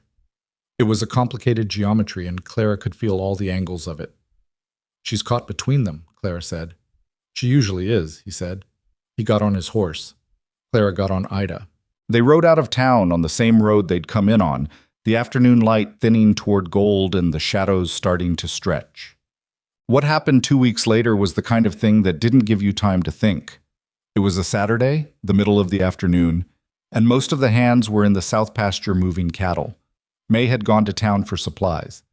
Elias was in the barn doing something technical with a piece of tack equipment that Clara had watched him attempt to explain once before giving up on because the vocabulary was entirely foreign to her. Clara was alone in the house, at the front room table, working on the personal account book she'd been keeping. The numbers were telling a story she liked. The ranch was financially sound in ways it hadn't fully understood about itself, and she was in the middle of writing a note to Elias about a particular equipment investment that would pay back within 18 months when she heard it. Not the fence. Something closer. She went to the window. Two men she didn't know were in the yard, not riding, on foot, which was wrong in a specific way she felt before she understood it.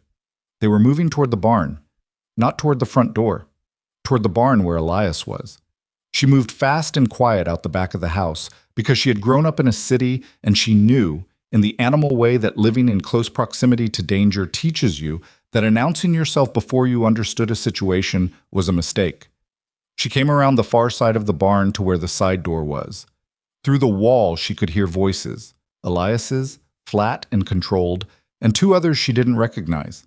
She didn't go in through the side door. She went to the small window on the north wall, the one that was stuck partially open because the wood had swollen over summer and never been fixed, and looked through it. Elias was standing with a saddle in his hands that he'd clearly just been holding when the men came in. He'd put it down on a rack, but his hands were still near it, which she read as him having thought about the saddle as an option and decided against it for now. One of the men was between him and the barn door. The other was to his left, near the stalls. "Briggs says the offer stands," the first man said. He was not large, but he had the stillness of someone comfortable with his own capacity for harm. "$1 an acre, which is fair given the dispute." "There is no dispute," Elias said. "There is a fence line registered at the county office and a criminal report about someone pulling it down." "$1 an acre," the man said again. "That's what we came to tell you." "You came to tell me inside my own barn with two of you on a Saturday when my hands are out," Elias said. Not a question, just the facts laid out in a row. The man's stillness didn't shift. "Briggs wants an answer." "Briggs has my answer. He's had it since spring." The second man, the one near the stalls, moved slightly, not toward Elias, just a repositioning that changed the geometry of the space, and Clara's stomach went cold and clear in the same way it had gone cold and clear on the train platform when she'd made her decision. She left the window. She went to the barn door, the main one, the large one that faced the yard, and she pulled it open hard, both sides, all the way, so that the afternoon light came flooding in. All three men turned toward her. She was holding Elias's rifle. She had found it 2 weeks ago when she reorganized the back room, had asked May what it was for, and May had shown her how it worked with the matter-of-fact thoroughness of a woman who believed that knowing how things worked was never wasted information. Clara had paid attention. She did not point it at anyone. She held it in a way that was not aggressive but was not uncertain either. Two hands, level, the way May had shown her. "I believe my husband said no," Clara said. Her voice came out steady. She was at this point entirely unsurprised by her own steadiness. She had made peace with it. The first man looked at her for a long moment. He looked at the rifle. He looked at Elias, who was looking at Clara with an expression she had no prior category for. "Ma'am," the first man said. "The door's open," Clara said. "I suggest you use it." They left. Not fast, not in a way that conceded more than they had to, but they left, walking past her through the wide doorway, and she stood aside to let them pass and didn't turn her back until she heard their horses moving away across the yard.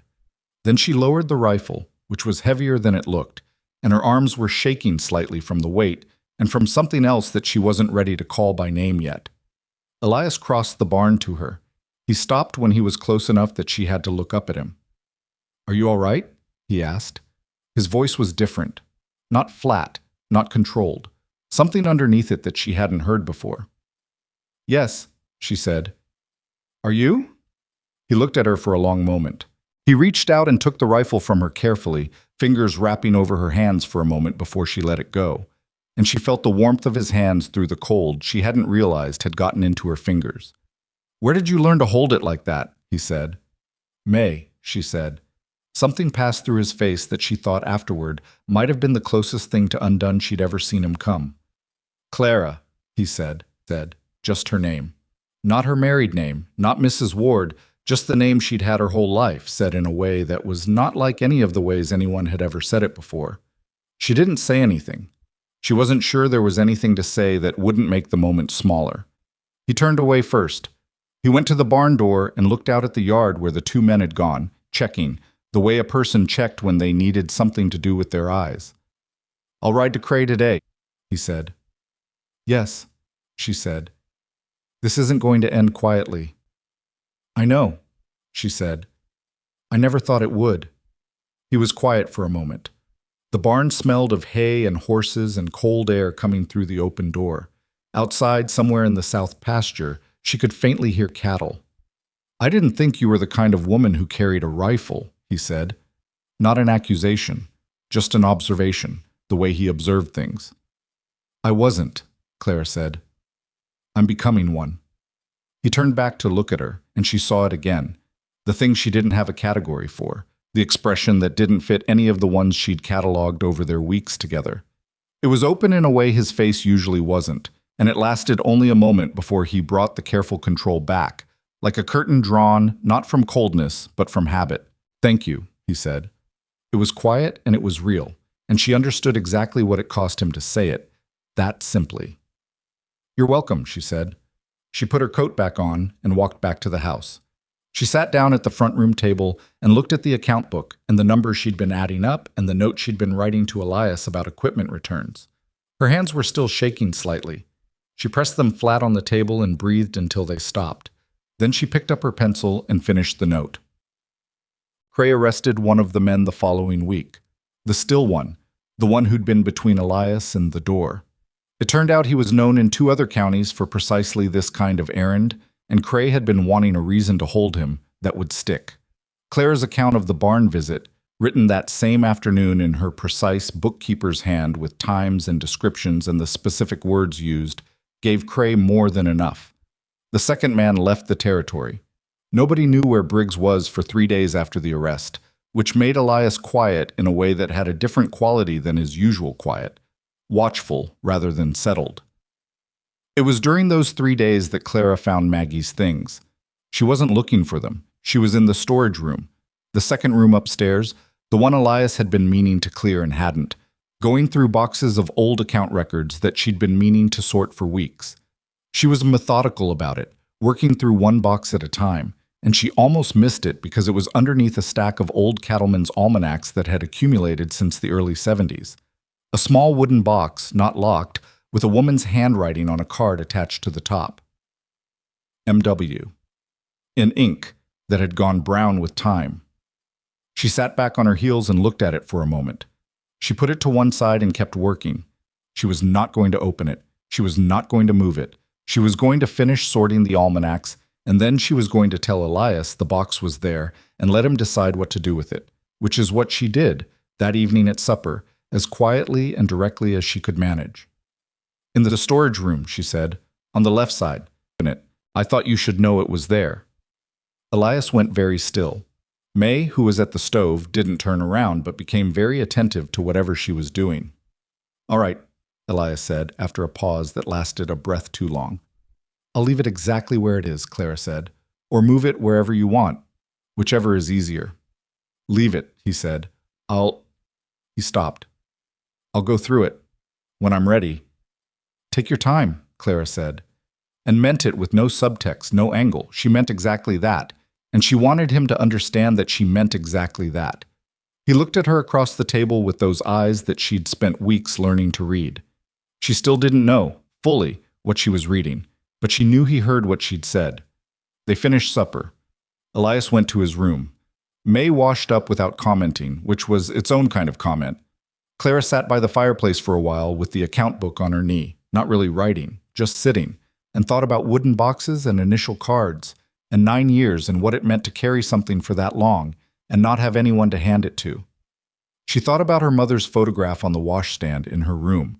She thought about the letter from Nathaniel Pierce, still in her coat pocket, soft at the creases. She thought about all the things people carried that weren't visible from the outside, the specific weight of them, the way they shaped how a person stood and what they said and what they kept too quiet for too long. She fell asleep in the chair, which she hadn't meant to do, and woke up cold at some late hour with the fire burned down to coals and a blanket over her that hadn't been there before. She looked at the blanket for a moment. Then she folded it, set it on the arm of the chair, and went upstairs to her room. She did not allow herself to make too much of a blanket because she was a practical woman, and practical women did not build cathedrals out of small gestures. But she lay in the dark for a while before she slept again, and thought about it anyway. Briggs came back on a Thursday, not with riders, not with men paid to stand in barns and reposition themselves near stalls. He came alone, in the early morning when the frost was still on the ground and the ranch was just beginning its daily noise. Pete and Clem already out checking the water troughs, Daniel somewhere near the south fence, Roy splitting wood behind the barn with the rhythmic patience of a man who found the work meditative. Clara was in the kitchen when she heard the single horse in the yard. She looked through the window and recognized the heavy-set figure, the large hat, and the specific way Harlan Briggs sat a horse, like a man who owned things and wanted you to know it. She did not go get the rifle this time. She went and found Elias, who was in the back room going over the winter feed calculations she'd laid out for him the previous evening. "Briggs," she said, "alone, front yard." Elias looked up from the papers. Something moved through his expression, not surprise and not exactly readiness either, but the thing between them, the place where a man decides what kind of situation he's walking into before he walks into it. "Stay inside," he said. "I will if you want me to," Clara said, "but I'd like to come out." He looked at her for a moment. "Why?" "Because he came alone," she said. "That means something different than last time, and I think having two of us there changes what he's willing to say." Elias considered this with the speed of a man who had learned to think fast without showing that he was doing it. "Stay on the porch," he said. "Don't speak unless I ask you to." "Agreed," she said. They went out together. Elias stepped off the porch into the yard. Clara stood at the top of the porch steps with her arms at her sides and said nothing, which was, she had learned, sometimes more effective than anything words could accomplish. Briggs looked at her for a moment before he looked at Elias. She could see him recalculating again, the same way he had in their first encounter, adding her into the geometry and not entirely liking what it did to his numbers. "Ward," he said. "Briggs," Elias said. "I came to talk." "I can see that." Elias didn't invite him down off the horse and didn't offer anything that could be read as hospitality. He just stood in the yard and waited. Briggs seemed to understand that getting down without being invited was a concession, and not getting down was an awkwardness, and he had arrived at a situation where both options cost him something. He got down. He looped his reins over the post near the gate. "Cray arrested my man," Briggs said. "Your man came onto my property uninvited and cornered my husband in his own barn," Clara said, before she remembered she'd agreed not to speak unless asked. She caught herself, but it was already out. Briggs looked at her. Elias didn't look at her, which she took to mean he wasn't objecting. "Your man," Briggs repeated, with an emphasis that made the phrase a question about the nature of things. "Yes," Clara said, flat and clear. "My man, my barn, my property." Briggs's jaw moved in a specific way that meant he was chewing on something he didn't want to swallow. He looked back at Elias. "Your wife is direct." "She is," Elias said. "Must be a change for you." "It is," Elias said, and said it without any indication that he found it a negative change. Briggs was quiet for a moment. The wood-splitting sound from behind the barn continued its patient rhythm. A crow landed on the fence post near the gate, looked at everyone, and left. "I came to make a different offer," Briggs said. "Not land. A water arrangement. The creek that runs through the north pasture. The one that feeds my east grazing land when it runs high. I want legal access rights. Written. Registered." Elias was still. "You want water rights?" "Access rights. When the creek runs high in spring and my east pasture dries in August. It's been informal for years. Ketterly always let my cattle through at the crossing." "I'm not Ketterly," Elias said. "I know that," Briggs said. And something shifted, not in his posture, but in the quality of his stillness, like a pressure being let out slowly. "Look, I went too far with the fence, with the men I sent. I'm not apologizing for the property dispute because I still believe that land was surveyed wrong in '69, but I went too far with how I pushed it, and my sister has made sure I know it." He said that last sentence with the slight sourness of a man who had been told something multiple times by someone he couldn't dismiss. "What I need is the water access. That's the actual problem. The rest of it got big because I didn't say the real thing first. Clara thought about Virginia Briggs in the general store, the tired, apologetic face of her, and thought, she told him to come. He didn't think of this himself. Elias looked at Briggs for a long time. You pulled my fence down, he said. Yes. You sent men onto my property. Yes. And now you want me to give you water access. I want to negotiate water access, Briggs said, which means I'd give you something in return. What? Briggs reached inside his coat and pulled out an envelope.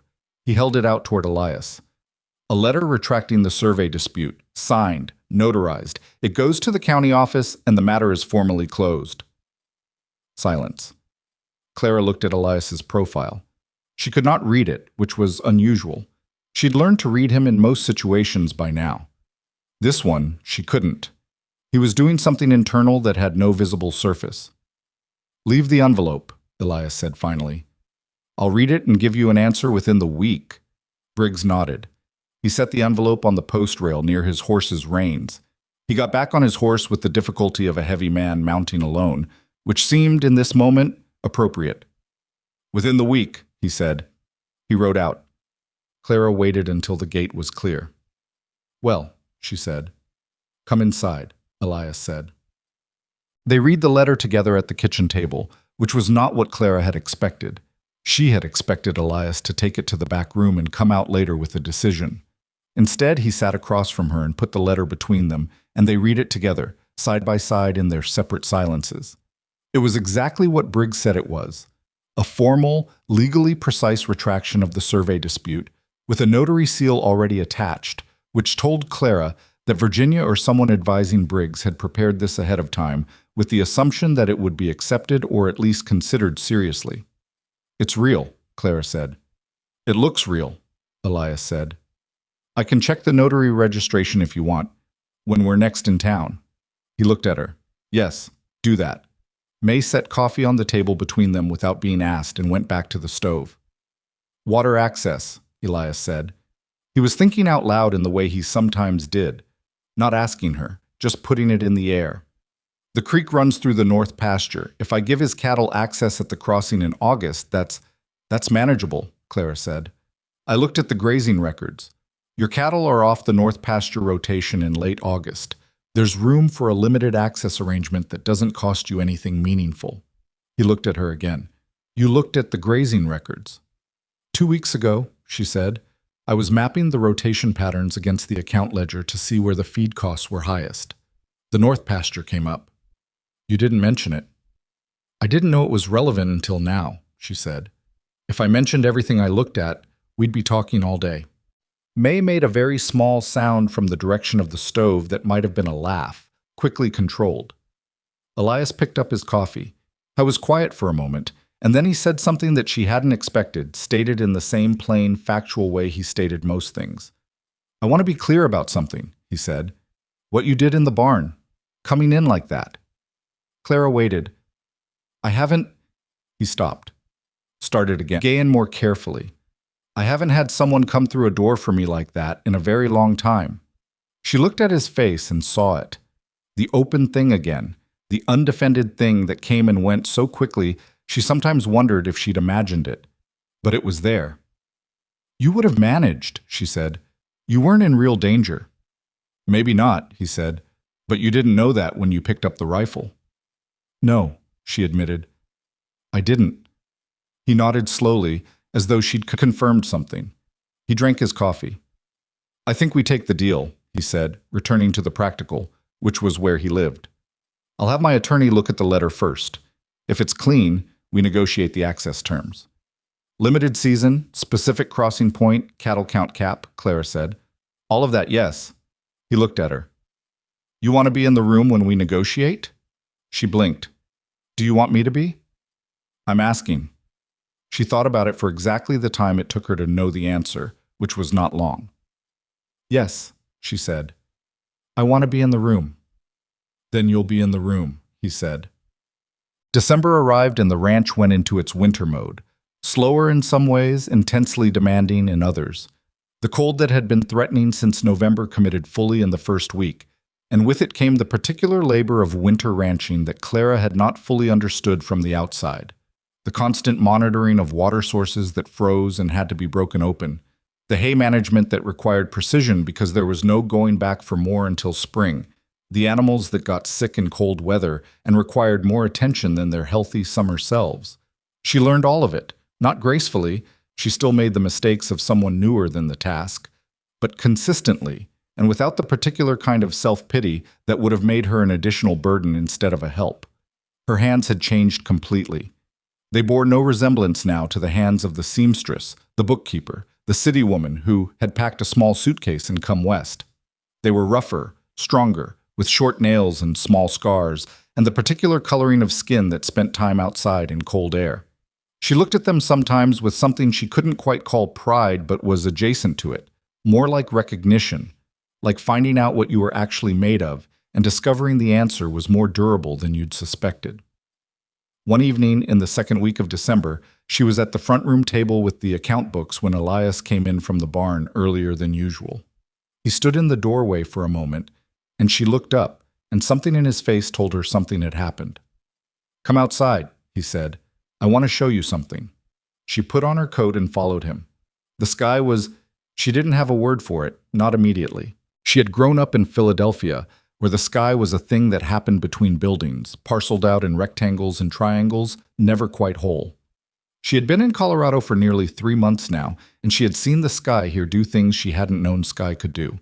But this was different. It was snowing, lightly, and the snow was catching the last of the sunset light and the rising of a nearly full moon at the same time, and the result was that the whole of the yard and the pasture beyond it, and the low dark line of the fence and the pale shapes of the cattle standing in the field were lit in something that was both silver and gold simultaneously, a color she had no name for, and it was entirely silent. She stood beside Elias and looked at it. "I've been here 10 years, he said, "and this still happens about twice a winter, and it still stops me." She didn't say anything. There wasn't anything useful to say about it. They stood there for a while. The light shifted as the moon rose and the sun's last contribution faded, and the silver took over from the gold, and the snow kept falling in that lazy, unconvinced way that wasn't a storm, but was the idea of one. "I opened the box," Elias said. Clara didn't move. She kept her eyes on the pasture. "How was that?" "Hard," he said, "and also not as bad as I thought it would be." He was quiet for a moment. "There was a letter she'd written, to me. She never sent it. I don't think she meant to. She was sick by the time she would have, and then..." He stopped. "She said she was glad she'd come. Even though it was hard and she was frightened a lot and she missed home. She said she was glad." Clara breathed in this cold air slowly. "She sounds like someone worth missing." "She was," he said, simply, without performance. "I'm glad you found it," Clara said. Silence again, the specific quality of outdoor winter silence that was full of small sounds, snow settling, cattle shifting, the distant creak of the barn, and underneath all of those sounds, something that wasn't a sound at all, but felt like one. "Clara," he said. "Yes," she said, and there was something in her own voice that she noticed and couldn't immediately control, something careful and open at the same time. "This arrangement," he said. "What we agreed to in the hotel." She waited. "I don't think that's what this is anymore," he said. "I don't know when it changed, but I think it changed." She turned to look at him. He was looking at the pasture, not at her, which told her this was costing him something, that the words were going out before he'd fully decided to let them go, and he was managing that by not looking at her while he did it. "I know, no," she said. He turned then. He looked at her in the silver and snow light, and she looked back at him, and the thing that passed between them was not dramatic and was not soft. It was just true. In the quiet, structural way that true things sometimes arrived, without ceremony, without preparation, just solid underfoot after a long time of uncertain ground. "I'm not good at this," he said. "I want you to know that. I don't have much practice with the part that isn't practical." "Neither do I," she said. "I spent a lot of years being practical because the alternative was too frightening." "What's frightening about it?" She thought about it. "You don't control it," she said. "The practical parts. The accounts, the arrangements, the conditions on an envelope. I know what I'm working with. I can see the whole shape. The other part, she stopped. The other part you can't see the edges of. And I'm not good at things I can't see the edges of. No, he said. Me either. They stood there in the agreement of that, two people who were better at numbers than feelings, standing in the snow on a ranch in Colorado, having a conversation that neither of them was fully equipped for, and both of them were having anyway. I'm not going anywhere, Clara said. Not because she wanted to reassure him, but because it was true and she wanted him to know it was true, and that she'd chosen it, that it wasn't default or necessity, that she had her 30 days' notice and had never once looked at it since the first week. He reached out and took her hand, not as a gesture and not as a declaration, just a practical, specific thing, his rough hand around hers, and she let it stay there. They went back inside.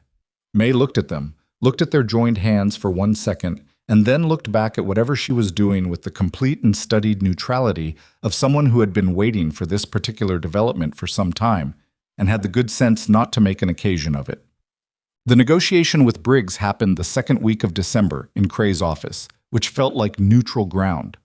Elias's attorney, a lean man named Garrett, who had ridden in from the county seat the night before, and had the particular alertness of someone who billed by the hour and did not waste his own time, sat to Elias's right. Clara sat to his left. Briggs came with Virginia, which Clara had not expected. Virginia sat beside her brother with the posture of someone who had personally made sure he bathed and put on a respectable coat and was going to physically prevent him from ruining this if she had to sit on him to do it. Cray presided without presiding. He was there, in his chair, because the office was his, and because his presence reminded both parties that the legal dimension of this situation had not gone away and wouldn't. The terms took 2 hours.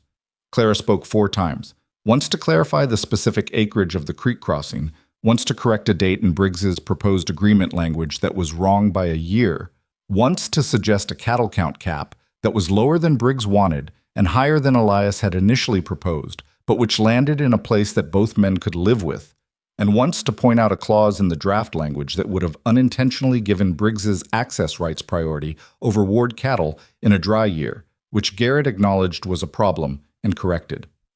Each time she spoke, Briggs looked at her with an expression that moved through irritation and arrived somewhere closer to reluctant respect.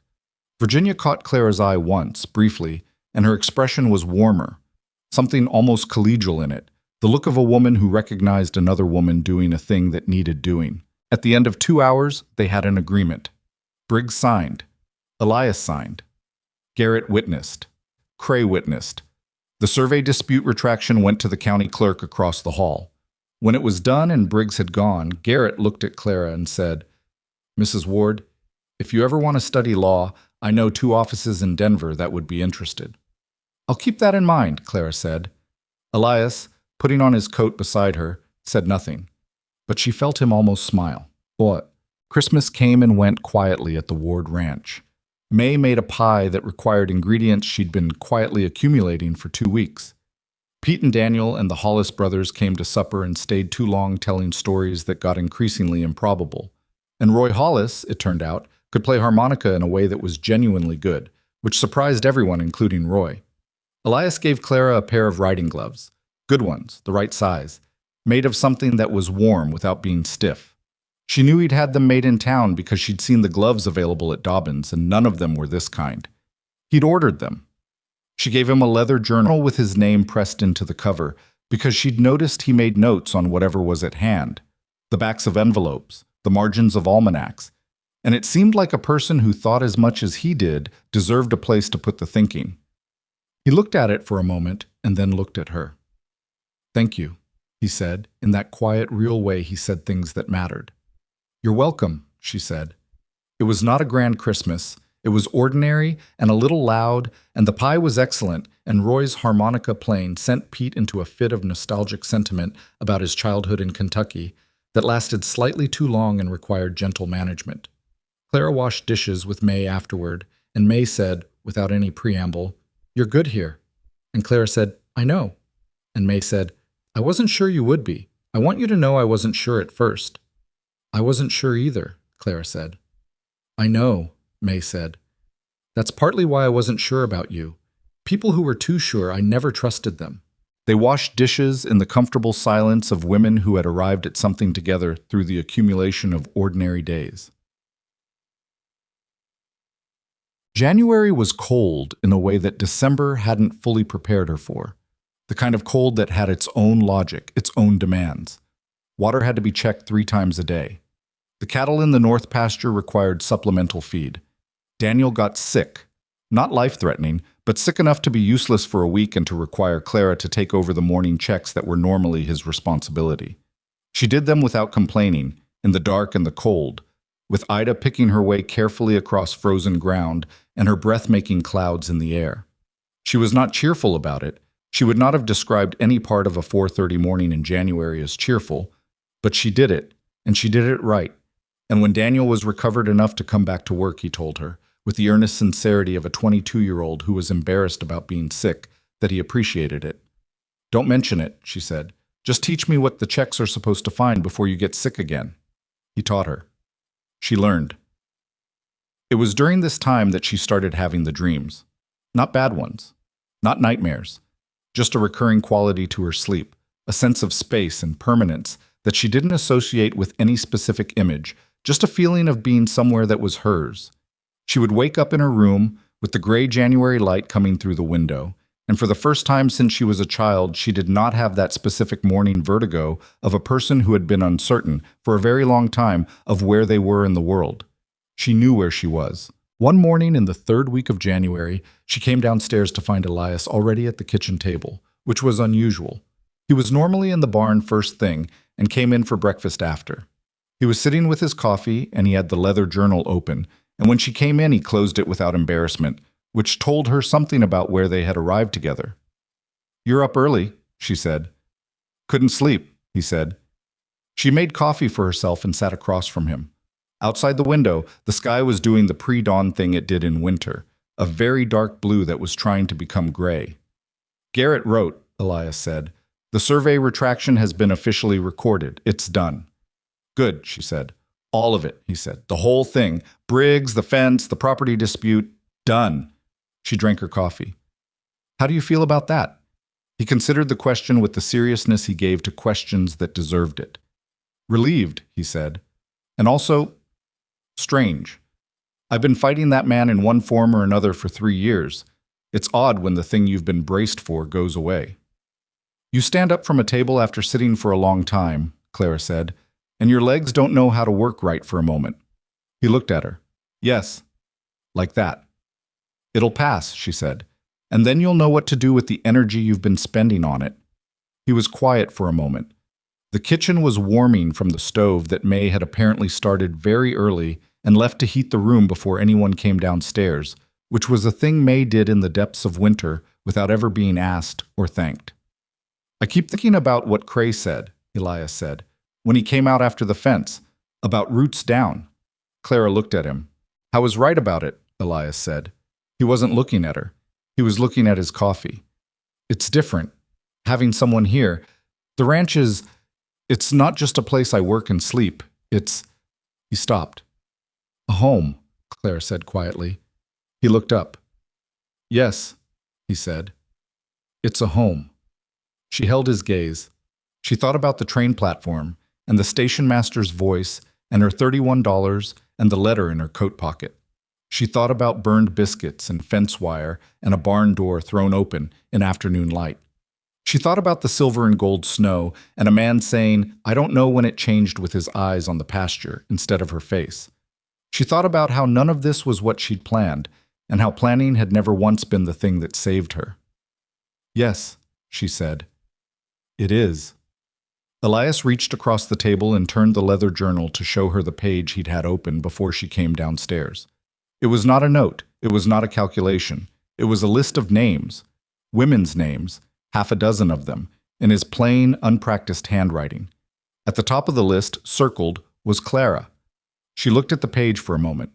Then she looked at him. "I've been trying to write something," he said, "since December. It keeps coming out wrong, so He gestured at the page. "I kept starting over." "What were you trying to write?" she said. He looked at her steadily. "That I want to ask you something," he said. "That's not on the original list, not in the original arrangement." She waited. The kitchen was warm. Outside the window, the sky was lifting from dark blue toward gray. "I want to ask you to stay," he said. "Not on the terms we agreed to. On different terms, as—" He stopped. The word seemed to give him trouble, not because he didn't know it, but because saying it out loud was a different kind of thing than thinking it. "As my wife, actually, in the way that means something." Clara looked at him across the kitchen table in the early morning light. She thought about the 30 days notice clause she had written on the back of an envelope in Mrs. Caldwell's hotel, in the careful hand of a woman who was protecting what little she had. She thought about how that clause had sat in the back of her mind like a door she'd kept unlocked, not because she'd planned to use it, but because knowing it was there made everything else bearable. She didn't need it anymore. She understood, somewhere in the past few months, that she had stopped needing it. "Yes," she said. He exhaled. Just once, just slightly, the way someone exhaled when they'd been holding something and could finally put it down. May came in from the back door at that precise moment with a basket of eggs, stopped, looked at both of them and said, "Good, I've been waiting on that for 2 months," and walked to the stove, and that was that. And Clara laughed. Really laughed. The kind she hadn't done enough of in years. And even Elias smiled, the full version, which she had been cataloging in her private account of things worth keeping. The January light was coming through the kitchen window now, thin and pale and entirely sufficient. The letter from Clara's sister arrived on a Tuesday in late January, carried out from town by Pete, who had gone in for supplies and returned with the mail tucked into his coat pocket with the casualness of a man who didn't know what he was carrying. Clara recognized the handwriting on the envelope before she fully read the return address. Eleanor's script, precise, slightly rightward-leaning, the hand of a woman who had been taught penmanship by the same teacher as Clara, but had applied the lessons with more diligence and less impatience. She stood in the kitchen with her coat still on and her boots still cold from the yard, and held the letter for a moment before she opened it. May watched her from the stove. She didn't say anything, but she put the kettle on, which was her way of saying she was paying attention. The letter was 3 pages. Clara read it standing up. Eleanor had heard, through the particular web of Philadelphia social information that connected women across distances in ways that defied geography, that Clara had married a rancher in Colorado. She had heard this, apparently, from a woman named Constance Waverly, who knew Dorothea Marsh, which meant the chain of information had passed through Dorothea's hands before it arrived in Eleanor's, which told Clara something about the shape the information had taken by the time it got there. Eleanor's letter was not unkind. That was the thing Clara had to give her sister. She was not a cruel woman, Eleanor, just a practical one who had made her calculations about what was possible and what wasn't, and had arranged her life accordingly, and expected other people to do the same. The letter expressed relief that Clara was settled. It expressed something that was technically concern, but read more like curiosity about the nature of the arrangement. It asked, in the careful language of a woman who wanted to know something without appearing to want to know it, whether Clara was all right. And then, in the last paragraph, it asked if Clara might consider a visit. Not from Eleanor. Eleanor had children and a husband and a house in Boston and could not simply travel west on short notice. The visit she was suggesting was from their mother's younger sister, their Aunt Vera, who was 71 and had been living in St. Louis since her husband died 8 years ago, and who had, Eleanor wrote, expressed a desire to see Clara before her health made travel impossible. Clara lowered the letter and looked at the wall.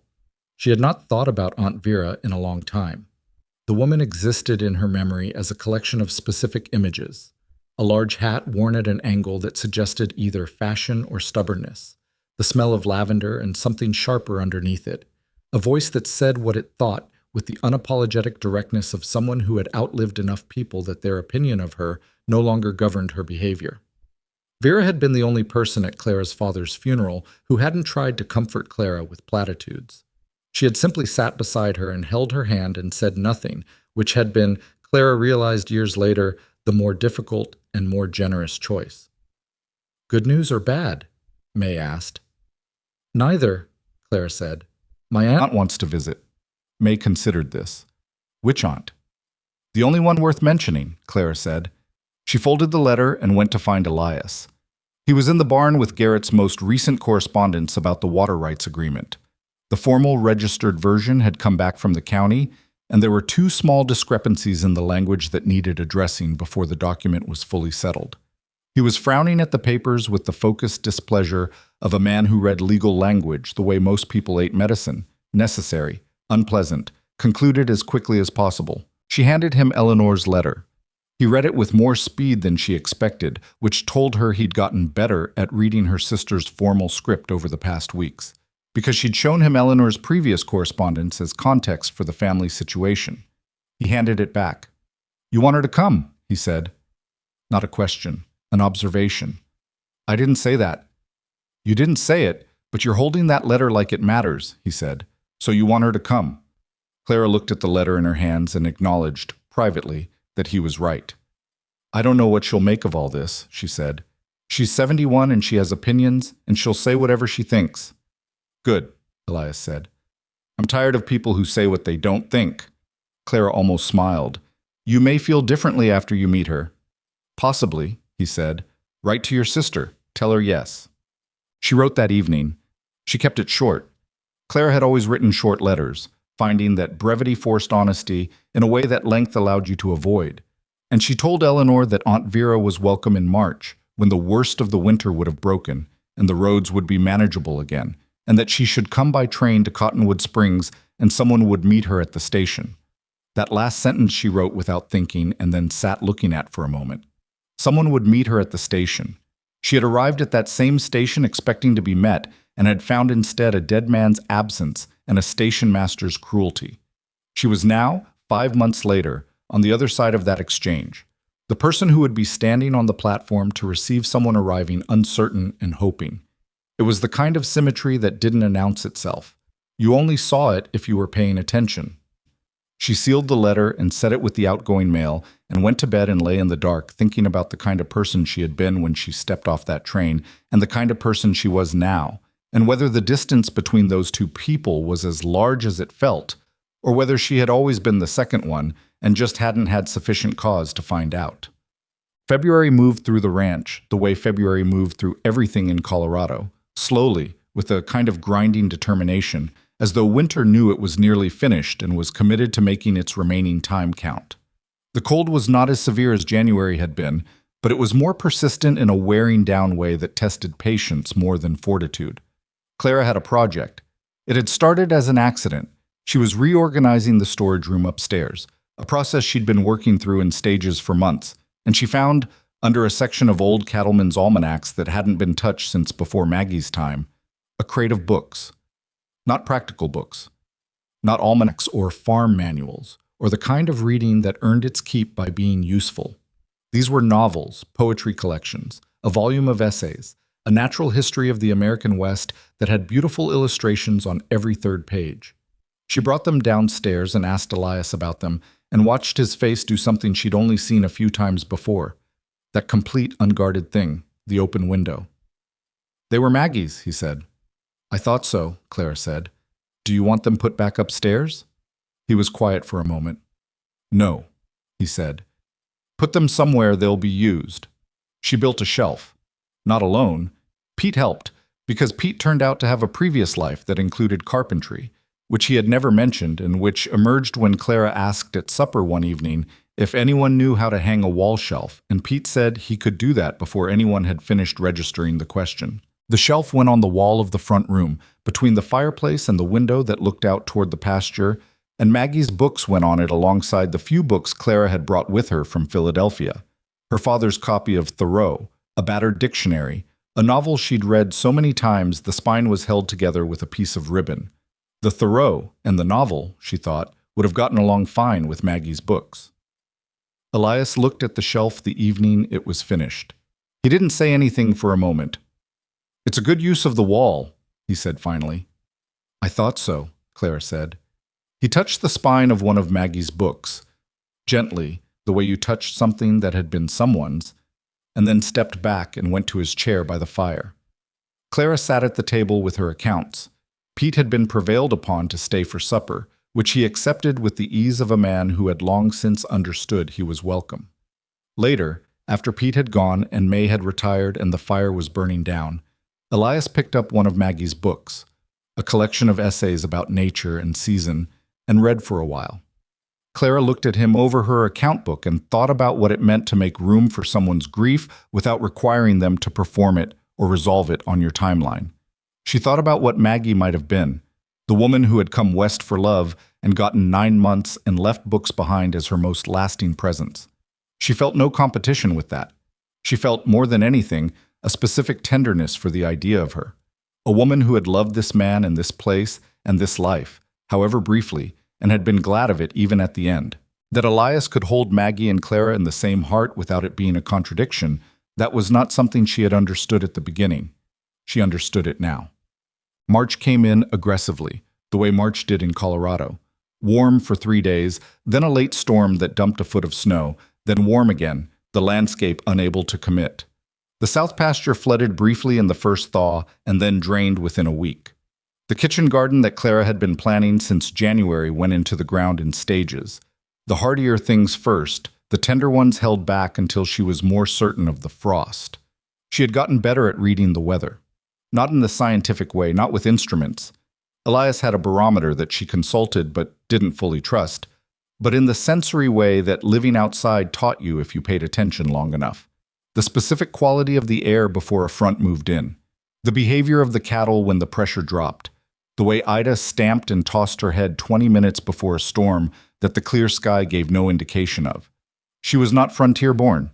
She would never be that. But she was frontier-made, in the way that people were made by the places and circumstances that required things of them they hadn't previously known they had.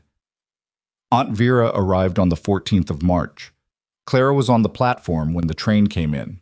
She stood in approximately the same spot where she had stood in November, arriving, close enough to it that she felt the specific echo of it, the ghost of herself standing there with a suitcase and $31 and a letter going soft in her coat pocket. The platform looked the same. Dobbins's store was visible across the street. The station master's door was shut against the March wind. But everything about it felt different from the inside, and she understood standing there that this was what returning to a place after you had become someone else felt like. The geography unchanged, the person unrecognizable. Vera came off the train last, as Clara suspected she might. She was smaller than Clara remembered. Age had taken some of her height, redistributed it into something more compact and more concentrated. She wore a large hat at precisely the angle Clara remembered, and she carried a single bag, and she walked off the train with the deliberate, careful step of a woman who was aware that her body had opinions about certain surfaces but was going to do this anyway. She saw Clara and stopped. Clara walked forward. She wasn't sure, as she walked, what expression was on her face. She had not been sure what she felt for the past 3 days, had been unable to categorize it cleanly, had settled on the awareness that this particular visit mattered in a way she couldn't fully articulate. Vera took her face in both hands, the way old women did, the specific claim of someone who had watched you grow up and retained, in some essential way, the right to look at you carefully. "There you are," Vera said. Clara felt something behind her eyes that she controlled quickly. "Here I am," she said. Vera looked at her for a long moment. "You look different," she said. "I am different," Clara said. "Good," Vera said. She released her face and picked up her bag. "I've been waiting for that." The first evening, they sat by the fire long after Elias had gone to bed. He had stayed for supper and had been, against Clara's mild anxiety, entirely fine with Vera, who had the conversational directness that Elias found restful rather than abrasive. Vera had asked him 3 questions about the ranch, listened to the answers with genuine attention, and then told him that he had good hands, by which she meant his character was visible in the way he talked about his land and his people, which was either the most perceptive or the most eccentric thing she could have said, and which Elias had received with the careful seriousness he gave to things that surprised him. After he went to bed, Vera and Clara sat with tea. "Tell me everything," Vera said. "From the beginning. Don't manage it." Clara had spent her whole life managing things. Information, impression, the precise amount of herself she revealed and when.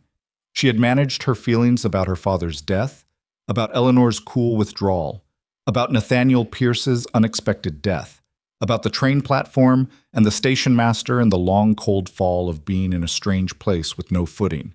She had managed because managing was how she had gotten through. She didn't manage for Vera. She told her everything. Not in chronological order, and not without places where she had to stop and collect herself, and not without the specific roughness of honesty that felt coming out, like using a muscle that had been unused for a long time. She told her about the $31. She told her about the arrangement. She told her about burned biscuits and fence wire, and Dorothea Marsh's face, and the barn door, and Briggs in the yard, and the snow that was both silver and gold. She told her about Maggie's box and the shelf of books, and a question asked across a kitchen table in January light. Vera listened to all of it without interrupting, which was one of her great gifts. She knew when listening was the active thing, and talking was the passive one. When Clara finished, the fire had burned down considerably, and the tea had gone cold. "You were always going to be this person," Vera said. "You just didn't have the right conditions." Clara looked at her. "I was frightened for a long time." "I know," Vera said. "Fear and capability are not opposites. Brave people are afraid. They're just afraid and moving at the same time." "I'm not sure I was brave," Clara said. "I think I was just out of options." Vera looked at her with the sharp eyes that age had not diminished. "You know what the difference is between someone who runs out of options and stops, and someone who runs out of options and improvises?" She didn't wait for an answer. "Nothing external. Nothing about the circumstances. The difference is entirely internal. Some people are made in a way that when the path runs out, they build more path. You're one of those people. You always were. I knew that when you were 11 years old and your father told you that you couldn't take the mathematics class at the boys' school, and you went to the teacher yourself and argued your way into a private lesson." Clara blinked. "I forgot you knew about that." "Your mother told me," Vera said. She was horrified and proud in equal measure. "Your father thought it was funny after the initial shock." She picked up her cold tea, looked at it, and set it back down. "Eleanor is a different kind of person. Eleanor needs a clear path. You need a destination. It's neither better nor worse. It just means you were always going to end up somewhere that looked to the outside like a risk and felt to the inside like the only sensible option." Clara sat with that for a while. Outside the window, the March wind was doing something to the trees that she had learned over winter to read as harmless. A particular pitch that meant movement without damage. "I'm happy," she said. It came out almost carefully. The way she said things she wasn't certain she had the right to claim yet. "I don't know if I've said that out loud before." "You haven't," Vera said. "I've been listening for it." Vera stayed 2 weeks. She and May arrived at a relationship that Clara could only describe as a respectful standoff that gradually became something warmer. Two women of a certain age with strong opinions about how things should be done, who discovered, over the course of 7 days, that their opinions overlapped more than they conflicted, and that the areas where they conflicted were more interesting to argue about than to surrender. Vera spent time with the account books, not because Clara needed help with them, she had those in hand by now, but because she wanted to understand the shape of the place.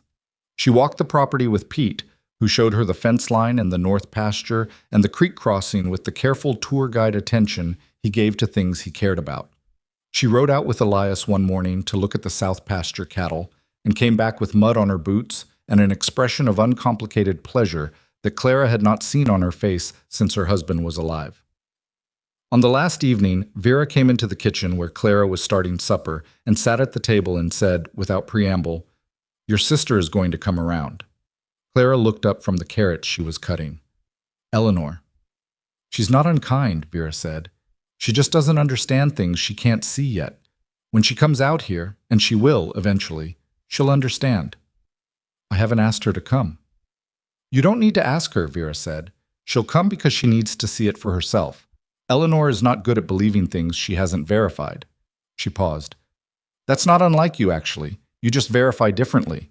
She verifies by seeing. You verify by doing." Clara thought about this. "Maybe," she said. "Also," Vera said, "she's lonely. Boston is a lonely city if you don't have the right people in it, and I'm not sure Eleanor has the right people." She said this without judgment. Just the observation of someone old enough to have watched loneliness operate in people they loved and recognize its symptoms. Clara set down her knife. "I'll write to her," she said. "More than I have been." "Yes," Vera said. "Do that." Elias drove Vera to the station on a Thursday morning because Clara asked him to, and because Vera had said at breakfast, quite directly, that she'd like to see the town one more time before she left, and Elias seemed like the right person to show it to her, which made Elias look faintly startled and immediately agree. Clara stayed at the ranch. She stood on the porch and watched the wagon go down the rut road and felt the specific quality of a parting that was sad but not frightening. The difference between losing something and releasing someone back to their own life, knowing the connection remained. She went inside. She sat at the table. She opened the account book that she'd been working through since December.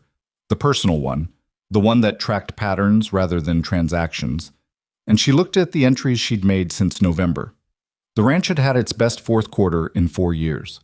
The water agreement with Briggs had removed a source of uncertainty that had been costing Elias sleep and energy that could go elsewhere. The feed rotation she'd restructured in January would save approximately 14% on winter costs the following year. The kitchen garden was going to yield more than the previous 2 years combined if the spring stayed reasonable. These were numbers. She trusted numbers, but behind the numbers was something the numbers couldn't capture. The texture of a place that was working, that had people in it who were trying and mostly succeeding and failing in recoverable ways and getting back up and trying again. She was part of that. She had been part of making it, in ways both large and small, over the course of months. That was not a small thing. April arrived with the particular relief that April brings to people who have earned it, warmth that felt like a reward rather than an accident, longer light, the sound of the world opening back up after its long-closed season. The kitchen garden came in strong. The cattle in the north pasture were the best they'd looked since Clara arrived. Pete's hand, which he'd cut in November on the fence wire, and which had healed improperly and given him trouble all winter, was finally seen to by the doctor from town, who said it correctly and told Pete he'd probably have full use back within a month. Roy Hollis brought his harmonica to supper one Saturday in April, and played until well past dark, and this time Daniel joined on a fiddle that nobody had known he played, and the Hollis brothers danced with May in the kitchen because the kitchen was where there was enough room, and Clara danced with Pete, who was terrible at it and knew it and was cheerfully undeterred, and Elias stood in the doorway and watched with the specific expression of a man who had not expected his life to contain this, and found, to his own mild surprise, that it suited him. It was during this time that Clara realized something had been building in her body for several weeks that she had been cataloging without fully naming. She told May first because May was the kind of person you told first, not because she was the closest, but because she was the most useful, and because Clara understood herself well enough to know that her first instinct about anything significant was to go to the most practical person available. May sat down. This was notable because May almost never sat down except at mealtimes. "You're sure?" May said. "I'm not sure of anything," Clara said. "That's why I'm telling you." May looked at her for a long moment with those sharp eyes. "When did you last—" "February," Clara said. May did the calculation the way May did calculations, fast and internal. "Then you're sure enough," she said. She stood back up. She picked up her apron and smoothed it, which was what she did when she was managing a feeling. "Does Elias know?" "No," Clara said. "I wanted to. I wanted to think it through first." "How long have you been thinking it through?" 2 weeks. May looked at her. "Clara." "I know," Clara said. "I know, May." "Tell him tonight," May said. It was not a suggestion. "I will," Clara said. She told him after supper when May had deliberately found something to do in the barn that required her specific attention for an extended period, and the kitchen was theirs. She told him directly, because she had learned in their months together that directness was the language Elias received best, not because he couldn't handle subtlety, but because he didn't trust it, had spent enough years in the company of things that said one thing and meant another to have developed a preference for the version that said what it meant. He was very still for a moment when she finished. Then he looked at her. The full look, the complete one, the one that had no management in it. And she saw something move through his face that she had no category for because it was entirely new. It was not just happiness, though it was that. It was the specific expression of a person who has been carrying a private hopelessness for so long that the arrival of its opposite is almost more than the face can negotiate. "Are you all right?" he asked.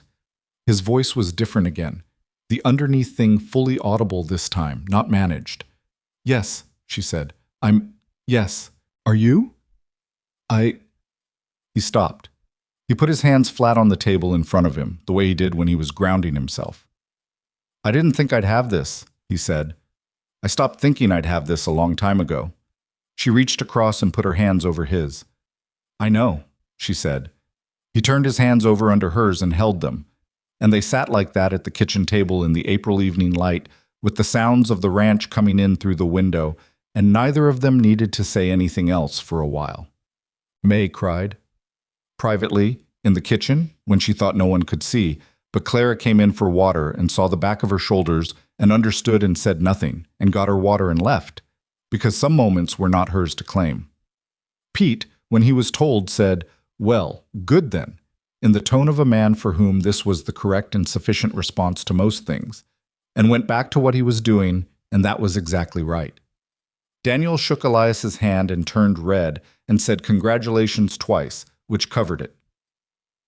The Hollis brothers arrived the following Saturday for their usual supper, and Roy apparently had already heard from someone in town, because he came in with a small wrapped package that he handed to Clara with the embarrassed ceremony of a large man attempting something delicate, and inside it was a pair of baby-sized wool socks that his wife had knitted, which was the most thoughtful thing Clara had received in recent memory, and which required her to look at the window for a moment before she could say thank you. In June, a trunk arrived from Philadelphia. Eleanor had sent it. The letter accompanying it was longer than her usual letters, 4 pages, in the rightward-leaning script, and warmer in temperature than Eleanor typically allowed herself. She had found the trunk in the attic, she wrote, going through things she'd been meaning to go through for years.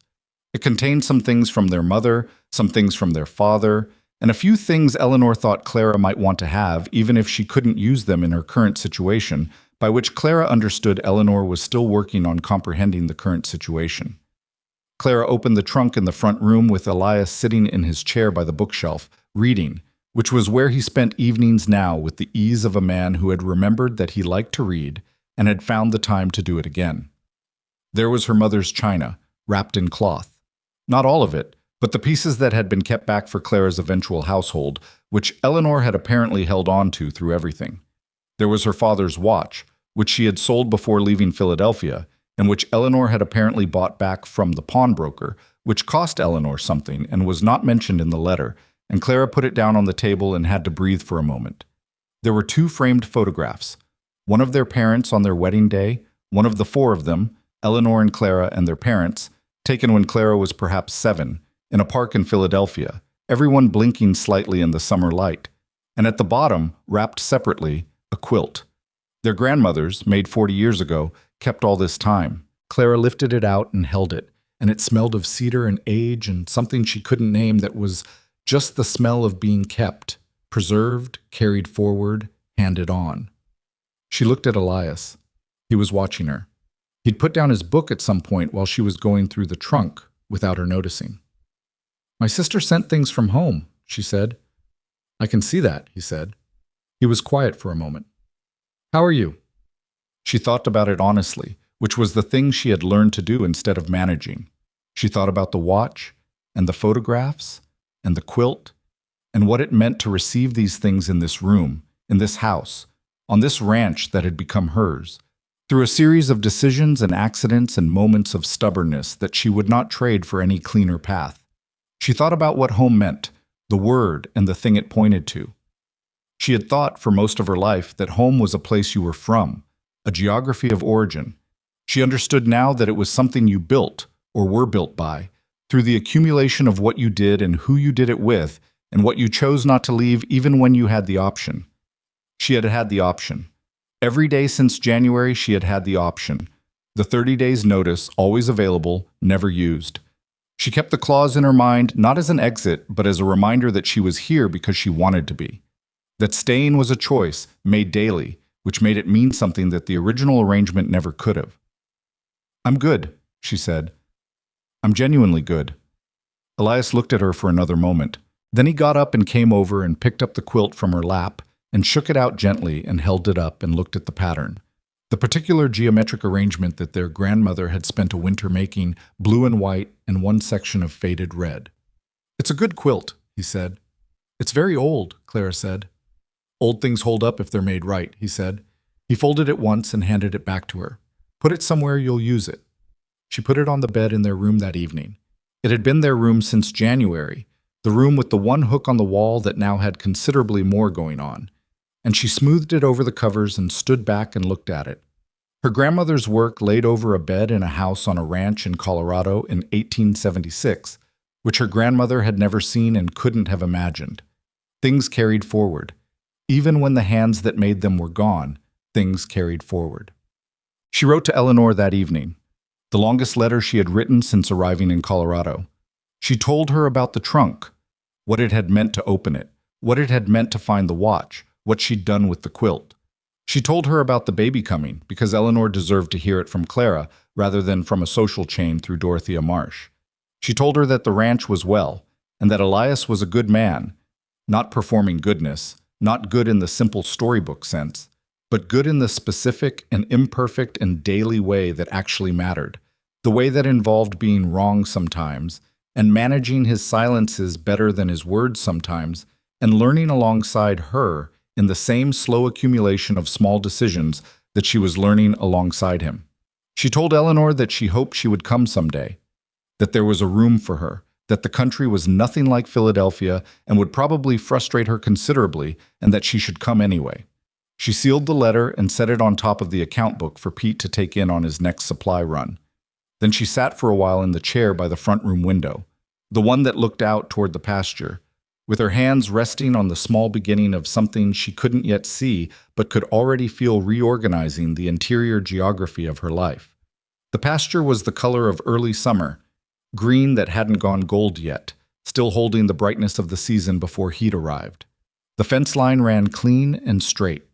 In the far corner she could see 3 cattle standing in the particular companionable way that cattle stood when the weather was good and nothing was required of them. Elias came in from the barn at the end of the day and stopped in the doorway and looked at her in the chair.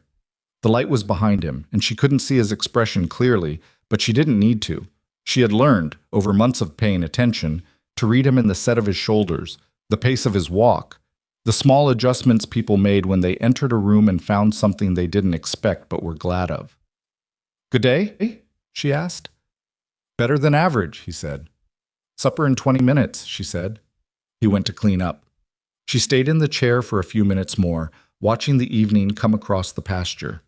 The light going horizontal and golden, the shadows stretching long and soft, the fence line holding its clean line against everything.